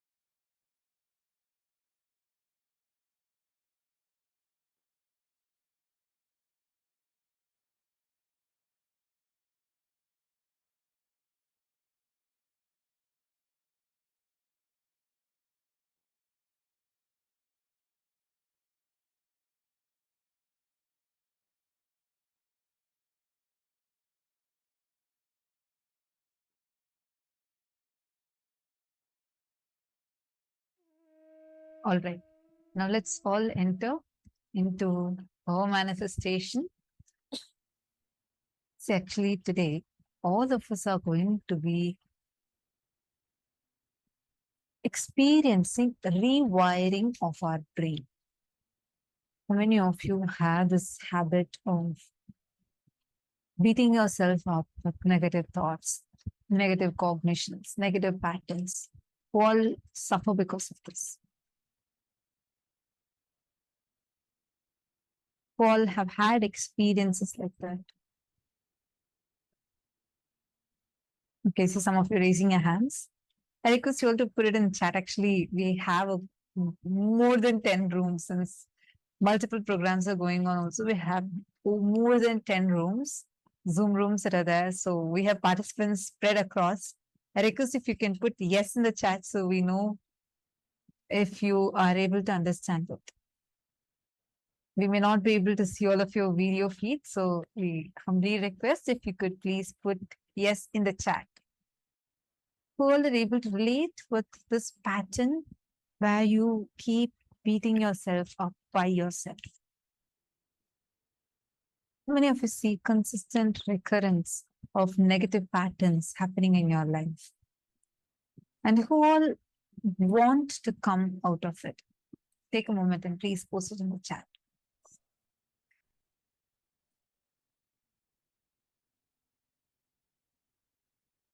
See, understand. Okay, good. I see some of you recognizing it and saying, yes, you have. You want to come out of it. Wonderful. Every time you think in a certain manner, and again and again and again, think in the same manner, you are empowering a particular neural pathway in your brain. Are you all with me so far? For example, whenever you are, let's say you are brushing your teeth, there is an automated action happening in your body. You pick up the toothbrush, you brush your teeth in a certain manner, and you wash your mouth, everything. Are you conscious of your actions at that time? Well, not really. This recurring patterns are getting stored. How is your body able to be in an autopilot mode at that time? How many of you have had situations like this? If you realize many of your other actions, what you call as negative patterns, also happen almost like it's in an autopilot mode. You see, there are only about 10 negative statements that you keep telling to yourself, but you do that over and over and over again and again and again. These types of patterns, why is it recurring in you? Because it has clearly formed a pathway, a neural pathway in your brain. Today, Swamiji is going to be breaking those neural pathways and rewiring, restructuring our brain through the initiation. So this is what we are going to be experiencing today. So now let us get ready to manifest the power of consciousness over matter. We are going to be doing the next round where you're going to be levitating objects in water. We all saw earlier how water responds to our thoughts. Now we are all going to be taking any light object that has certain buoyancy where it can go into the water, sink fully like an eraser, like you just chip off a small piece of eraser and you can put it into water. It will sink, but with your conscious will, it will definitely be able to raise up also. So you're going to now be doing this power manifestation. I request all of you to kindly bring a transparent glass or a cup where you are able to see through and fill it with water. And please place an eraser, very small piece of eraser into the water. Please do the setup now.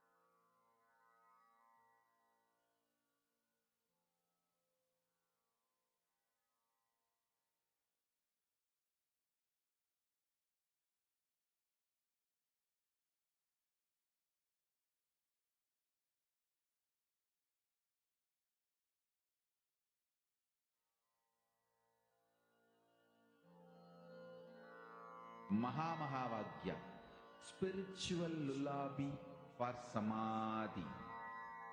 And Suprabhatam, wake up call, wake up song for Paramashiva.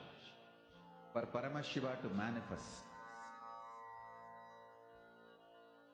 With this one spiritual powerful cognition, chant this Mahamahavagya. Om Nithyananda Paramashivoham. Om Nithyananda Paramashivoham. Om Nithyananda Paramashivoham. Om Nithyananda Paramashivoham. Om Nithyananda Paramashivoham. Om Nithyananda Paramashivoham.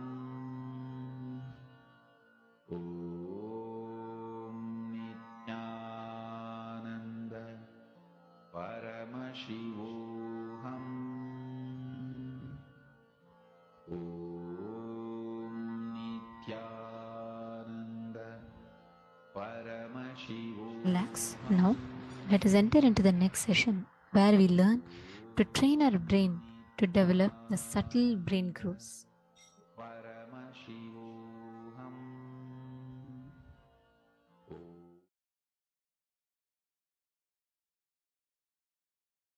Many people come and tell me, Swamiji, you just tell me what meditation I should do, I'll do it in the house. I tell them, you will never start. You will never start. Attend a meditation workshop. In the whole group, you are forced to do. Naturally, what I'll say, tie your eyes, close your eyes, tie the ribbon. You can't do anything. You may be feeling lazy, but you can't do anything. I've seen these fitness instructors. They don't care. They don't even look at your face that you are expressing your tiredness. No, this hand is paining, that hand is paining. They don't look at you. They just say, do 1, 2, 3, 30 seconds, 2, 30 seconds, 30 seconds, 30 seconds. Right attitude.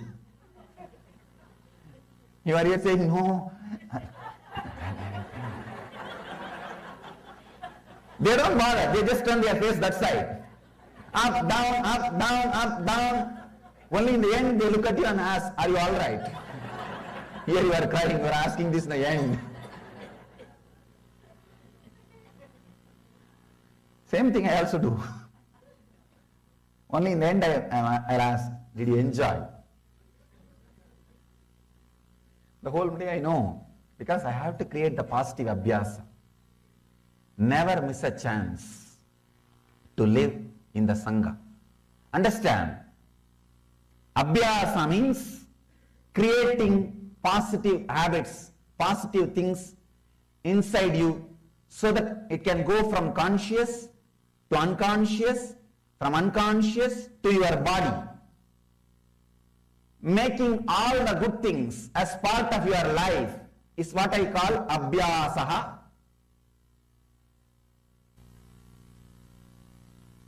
Patanjali very beautifully says, I just wanted to repeat that word. Tatra stitau yatno bhyasaha. The effort to remain constantly in that elevated state of awareness is abhyasaha. Understand?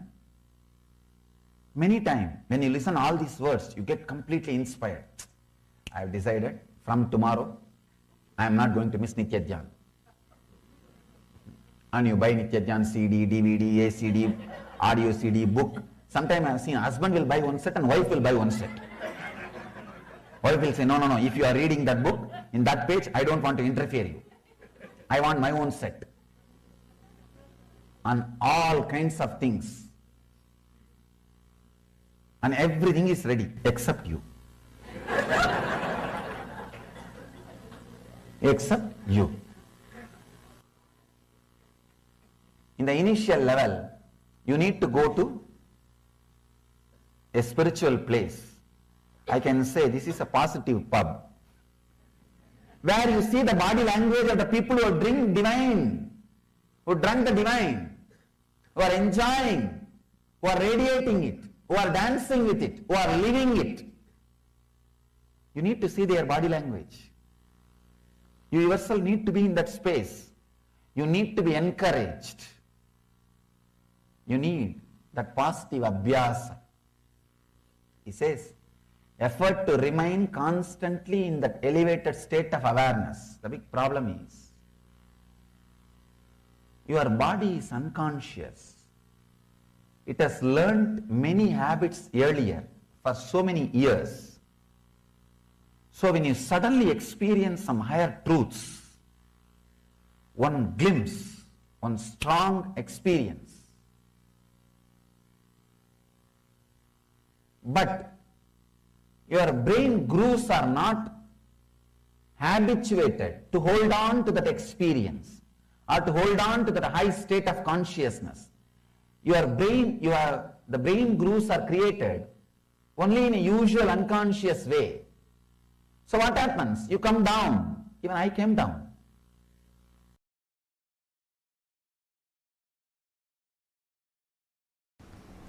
Understand? Still human beings don't know. To store electricity without reducing its intensity, it is still a blind spot for human beings. Because from the ancient texts, when they translated and tried to grasp and grab, these guys who were trying to grab and grasp, their brain was not that evolved. The brain grooves were not that evolved. Understand? Only a brain grown in vegetarian body. When I say vegetarian body, at least last 3-4 generations the body should have been vegetarian. Understand?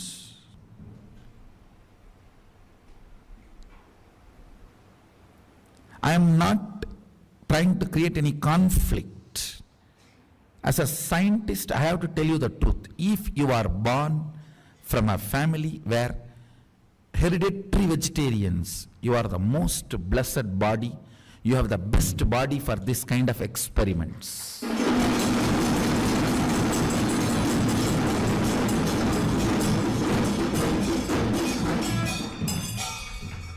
I'm telling you. I'm not trying to put others into depression, and I'm not trying to put others into low mood and all that. When I need to reveal the truth, I have to reveal the truth. If you are born from a vegetarian family, at least where few generations, they were all vegetarians, and you are also a vegetarian, I tell you, if the Vedas are inserted into your system, the agamic circuits are inserted into your system, without any blind spots, it becomes reality.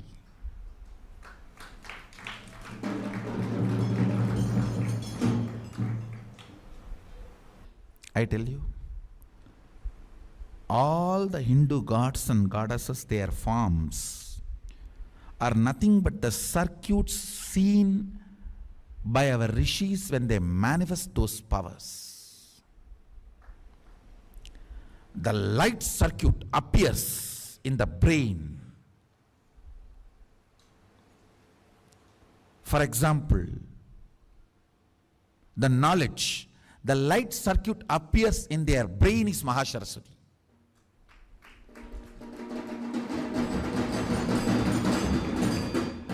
So the same dhyana sloka which they delivered, if you meditate, that same light circuit will be awakened in you.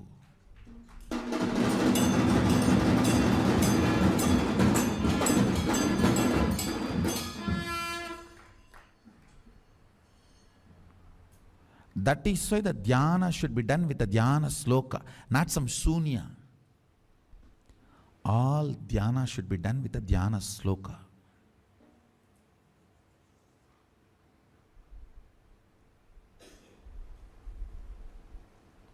Anybody who does dhyana without dhyana sloka falls into shunya, depression. The shunya meditations are the most dangerous. Never get into that, as if already you are not depressed.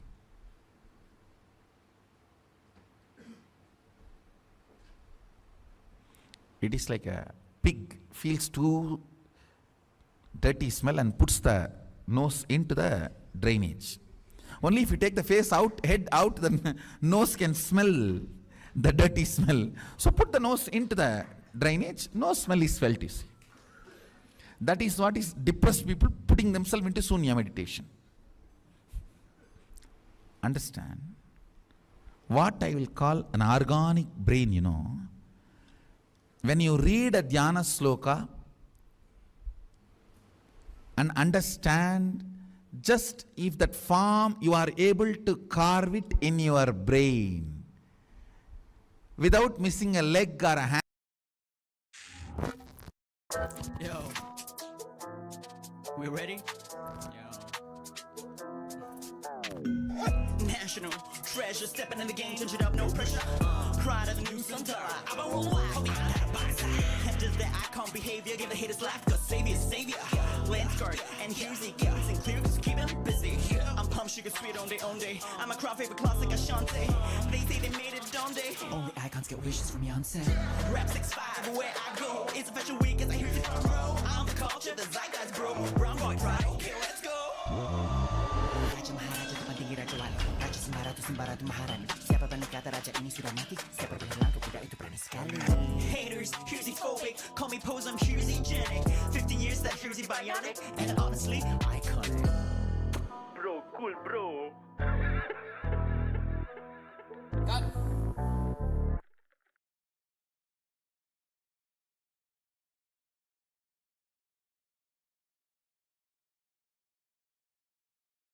Introducing Rephrase by Pro Writing Aid.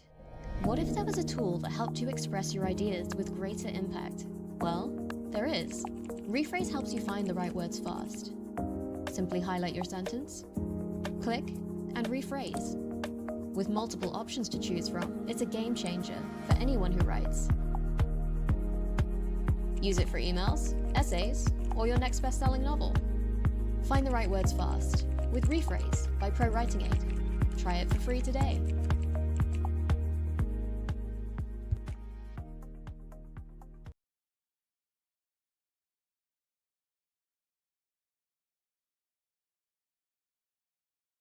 Hey, it is not a joke. 47% of Indian IAS is from Tambras, one organization. You think it is an accident? And 50% of Microsoft is Tamil, Telugu, Kannada Brahmins. You think it is an accident?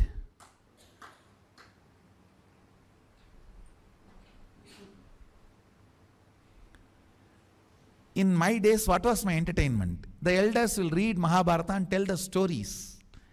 That intensity, my brain can keep it as continuity for however long I want. My brain will not be tired, my body will not be lethargic. Intensity kept continuity is usage. Intensity not kept continuously is abusage. This is the definition in every level. Go and work out this definition in every level. Any brain grown with the entertainment of intensity continuity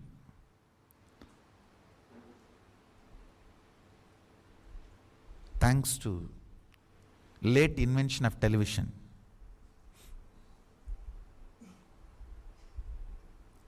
If I am revealing the power manifestation science to all of you, thanks to late import of television. Our kids should be taught by reading the dhyana sloka, visualizing the deities.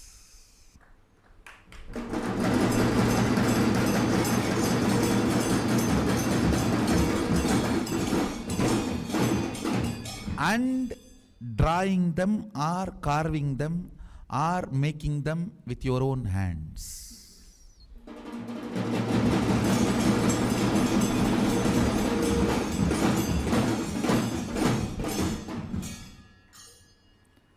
Biology is you, chemistry is the dhyana sloka and visualization, making them or carving them or painting them is physics. And I tell you, whenever I made deities out of clay, my body shapes will get shaped in the same way I have seen.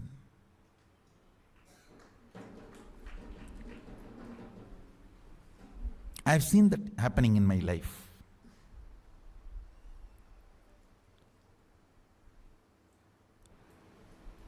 So just reading the dhyana sloka or seeing the statue, imbibing it in the brain and reproducing it back, your body will get carved.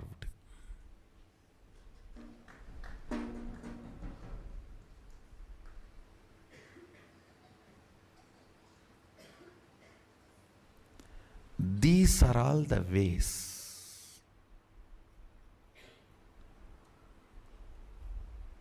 Basic education is this only. This is what is called primal education, not primary education. Primal education.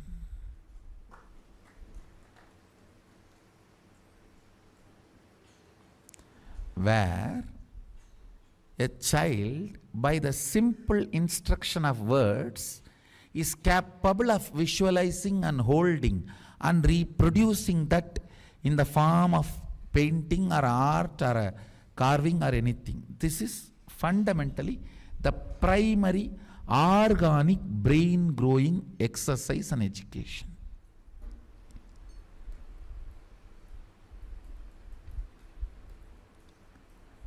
This kind of brain can cut across chemistry, biology, physics, anything, geography, anything.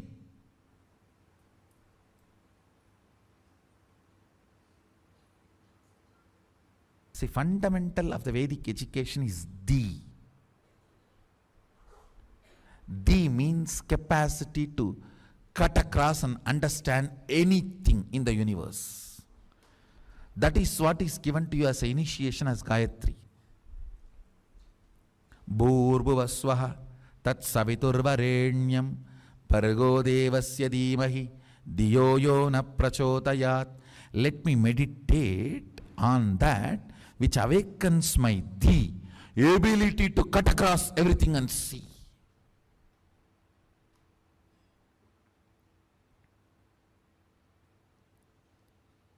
If you are given this Gayatri by the brain which cognizes the intensity and continuity is one and the same, you are blessed.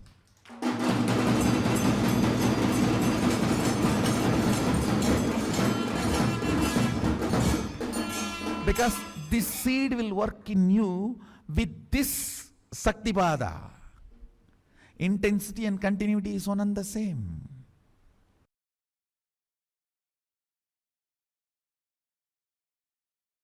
When your body is filled with sexual hormones, especially when your body is getting sexually matured between 14 to 21, if you do the tyaga of sex, between 14 to 21, renounce sex, I tell you, you will build the best body and mind, and the kind of the natural selection process your DNA will go through and the kind of a system you will build, oh God, you will have an amazing capacity to receive information, process and make decision. Something called Di, Meda, Buddhi gets awakened in your system.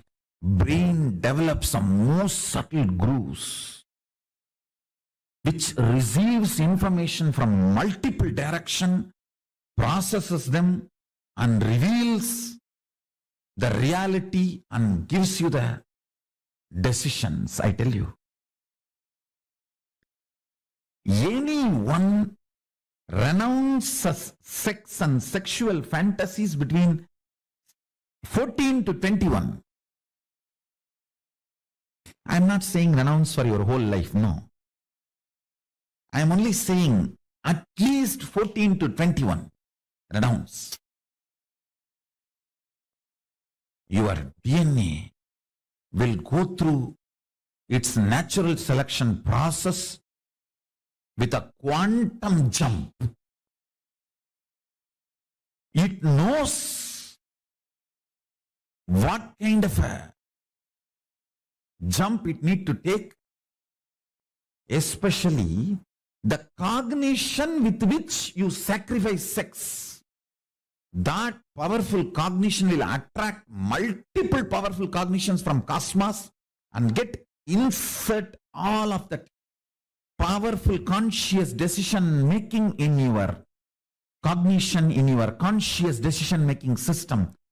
You will create such an amazing body. That is why celibacy between 14 to 21 is called science of living like God, brahmacharya. Science of living like God. After 21, I am telling you, till 60 give birth. 3 kids per 2 years. Need to give more birth. I am not saying be celibate forever.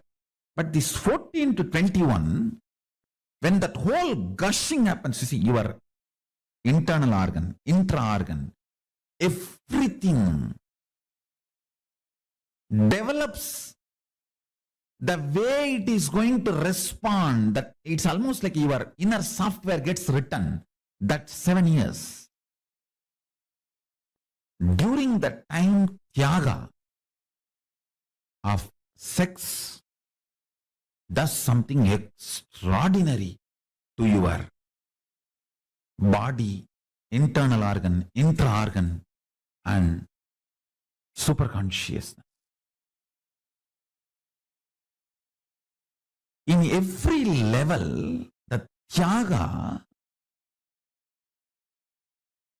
actually Tyaga is not moral lesson. It is a scientific lesson. In my Gurukul, Tyaga should be added under the classification of science, not moral. It's a science of living, not morals of living. No.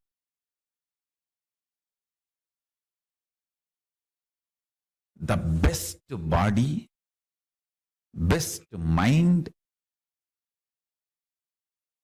you manifest with the Tyaga. Understand? Between 7 to 14, body develops. Unfortunately, nowadays, even by 10, boys and girls become physically matured. So when I say 14 to 21, I meant in those days. If I have to precisely tell from the time you are physically matured to 21, that's the way you should put it. Because nowadays kids become physically matured due to the altered food and various reasons and social pressure to become sexually active, all that stupidity. By 10, they become sexually mature. From the time you become sexually matured till 21, every time you sacrifice the pleasure and visualization of sexual experience in multiple level, not only not allowing the pleasure, not allowing the fantasy, not allowing the pornography being fed into your system. If you just do Tyaga of sex completely, every time you renounce, do Tyaga, your DNA in the natural selection process takes a quantum jump and selects next level. That develops kind of a very powerful ability to cognize the existence, because The sexual hormones are the most powerful hormones. When you are able to do tyaga of the instincts invoked in you by the sexual hormones, you develop certain energy, strength, grooves in your brain and the whole system, which is beyond normal survival, multiplication, instinct-based existence. See, unfortunately, this survival and reproduction, this instinct-based existence is an animalistic existence. It is the tyaga you do at that time makes you divine. After 21, give birth 2 kids per year or 3.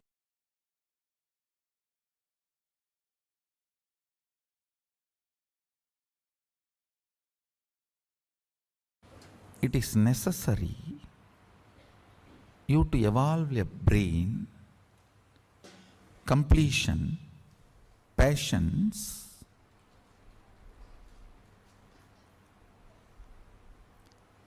when I use the word patience, you can read it as will persistence, where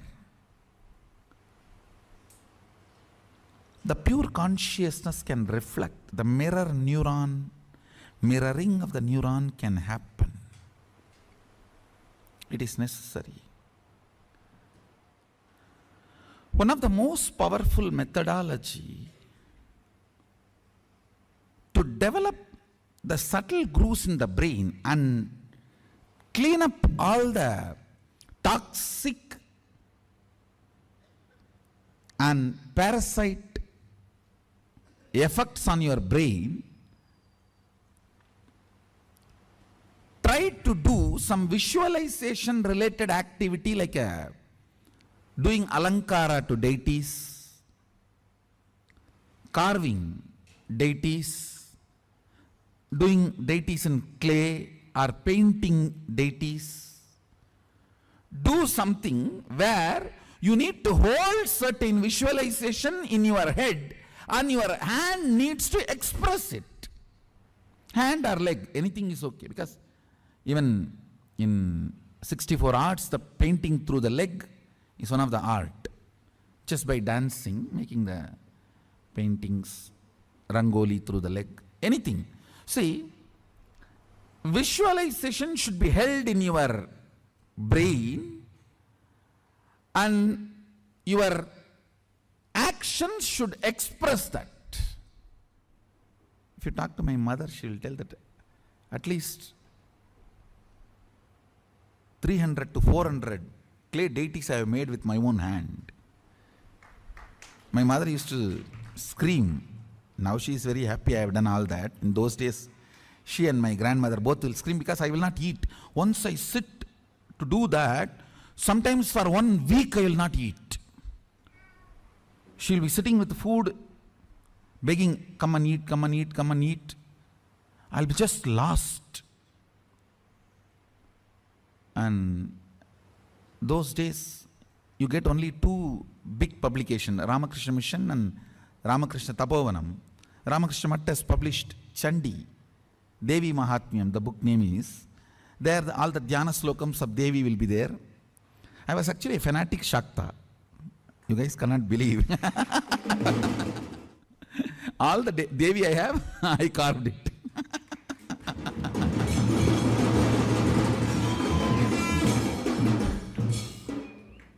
In that all the description will be there, how she looks and how she has all the hands and everything.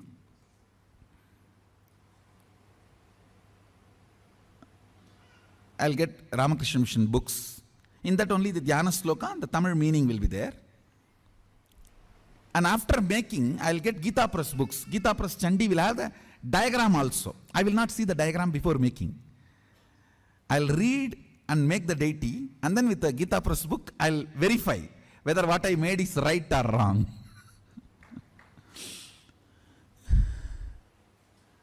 In those days, only 2-3 of these publications you will get. And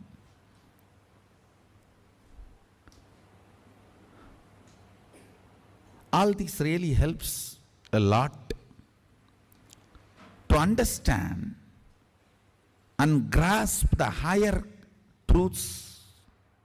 So I'll try to explain about these circuits. Like Sri Chakra, Sri Mandala, there are many mandala structures which are, just by staring at them, your DNA structure will get aligned to that. And certain power manifestation will start happening in you. I tell you, 21 minutes, if you just stare at Sri Mandala every day, your third eye will start functioning. Because that Sri Mandala itself is so beautiful, it directly represents the cosmic DNA. The cosmic DNA is in the Sri Mandala, Sri Yantra, Sri Chakra, with the 43 triangle and 2-layer lotus and 3-layer avarana. It's called Navavarana Mandala. Actually, it's a line diagram of cosmic DNA. So if you stare at that through your third eye, your DNA will get aligned to the cosmic DNA. And you start manifesting powers. Like this, there are multiple various mandalas which can do the mirroring of the neuron in your brain and make you realize and manifest powers.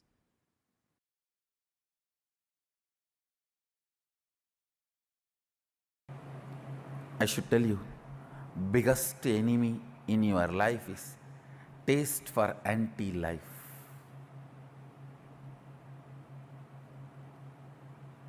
Break. Every time you go through anti-life taste, every time when your mind is trying to tell you, this is the way I am, what can I do? How can anything move? What can anything happen? No! You are not yet end. That's the good news. You are only a seed. As long as you consider you are only a seed, you need to manifest you are Sadashiva. Because, understand, Sadashiva constantly considers himself as the seed which need to manifest, yet to manifest, yet to manifest. Even after manifesting this whole Jagat.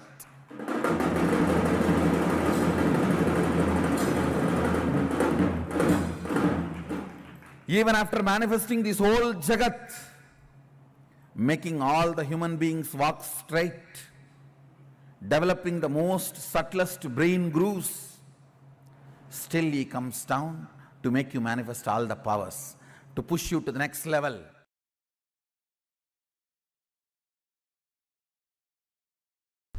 Align your responsibility and align your enriching. Recognizing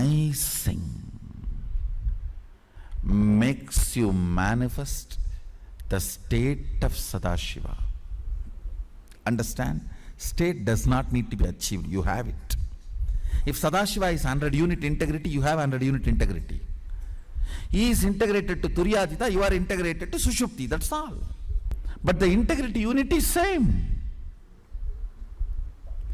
Recognizing the integrity to Turyadita builds an extraordinary, beautiful brain grooves. Is equivalent to recognizing $1 billion is more worthy than the bag full of pennies. That recognition is what I call recognizing.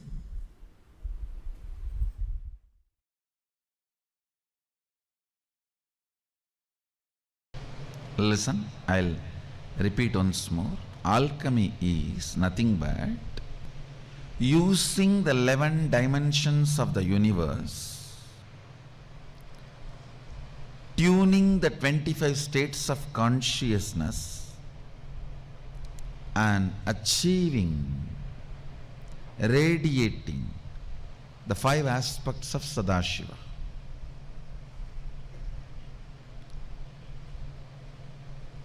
Multiple things are used in the alchemy science.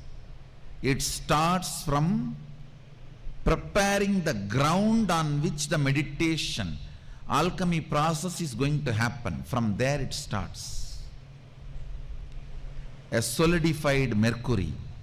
Mercury solidified without chemistry, chemical being added, just by the energy, means an enlightened incarnation, his body is capable of dismantling any molecule and assembling it as any other molecule in any place and space and time he wants. Understand? An enlightened incarnation is capable of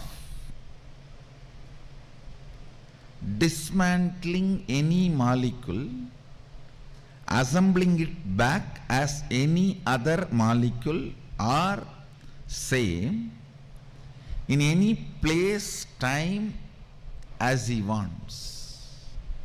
With this power, dismantling the liquid form of a mercury and retaining its Mercurian quality in it, assembling it back as solid. I don't know how much of you. This is what is science of solidifying mercury. In this body I did this 3 times. One is under the Dakshinamurti, one is under the Bididi Garbhamandir, present Garbhamandir, one is under the Vaidya Sarovar, Nithyananda Lingam. It starts from preparing the ground and installing the solidified mercury and installing proper yantras, mandalas, as per the instructions of Sadashiva. Even the breathing space where the people who go through the spiritual alchemy process, even the breathing space is purified by the traditional powerful incense and perfumes. The highest understandings about life,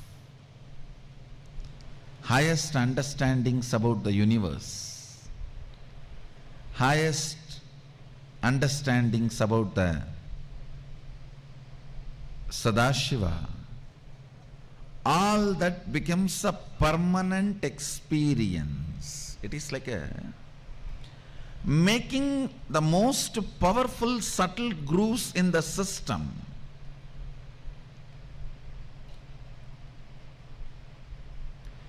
Making the most powerful subtle grooves in the system,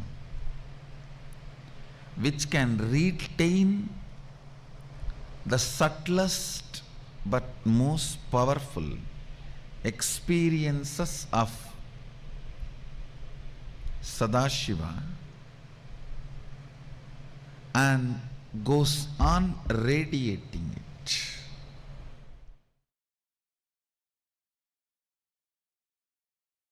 Enjoy.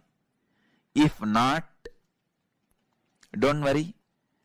Next 1 week, every night before going to sleep, take 1 spoon of Haritaki powder that has a capacity to make your brain grow subtle grooves which will make you understand these great truths.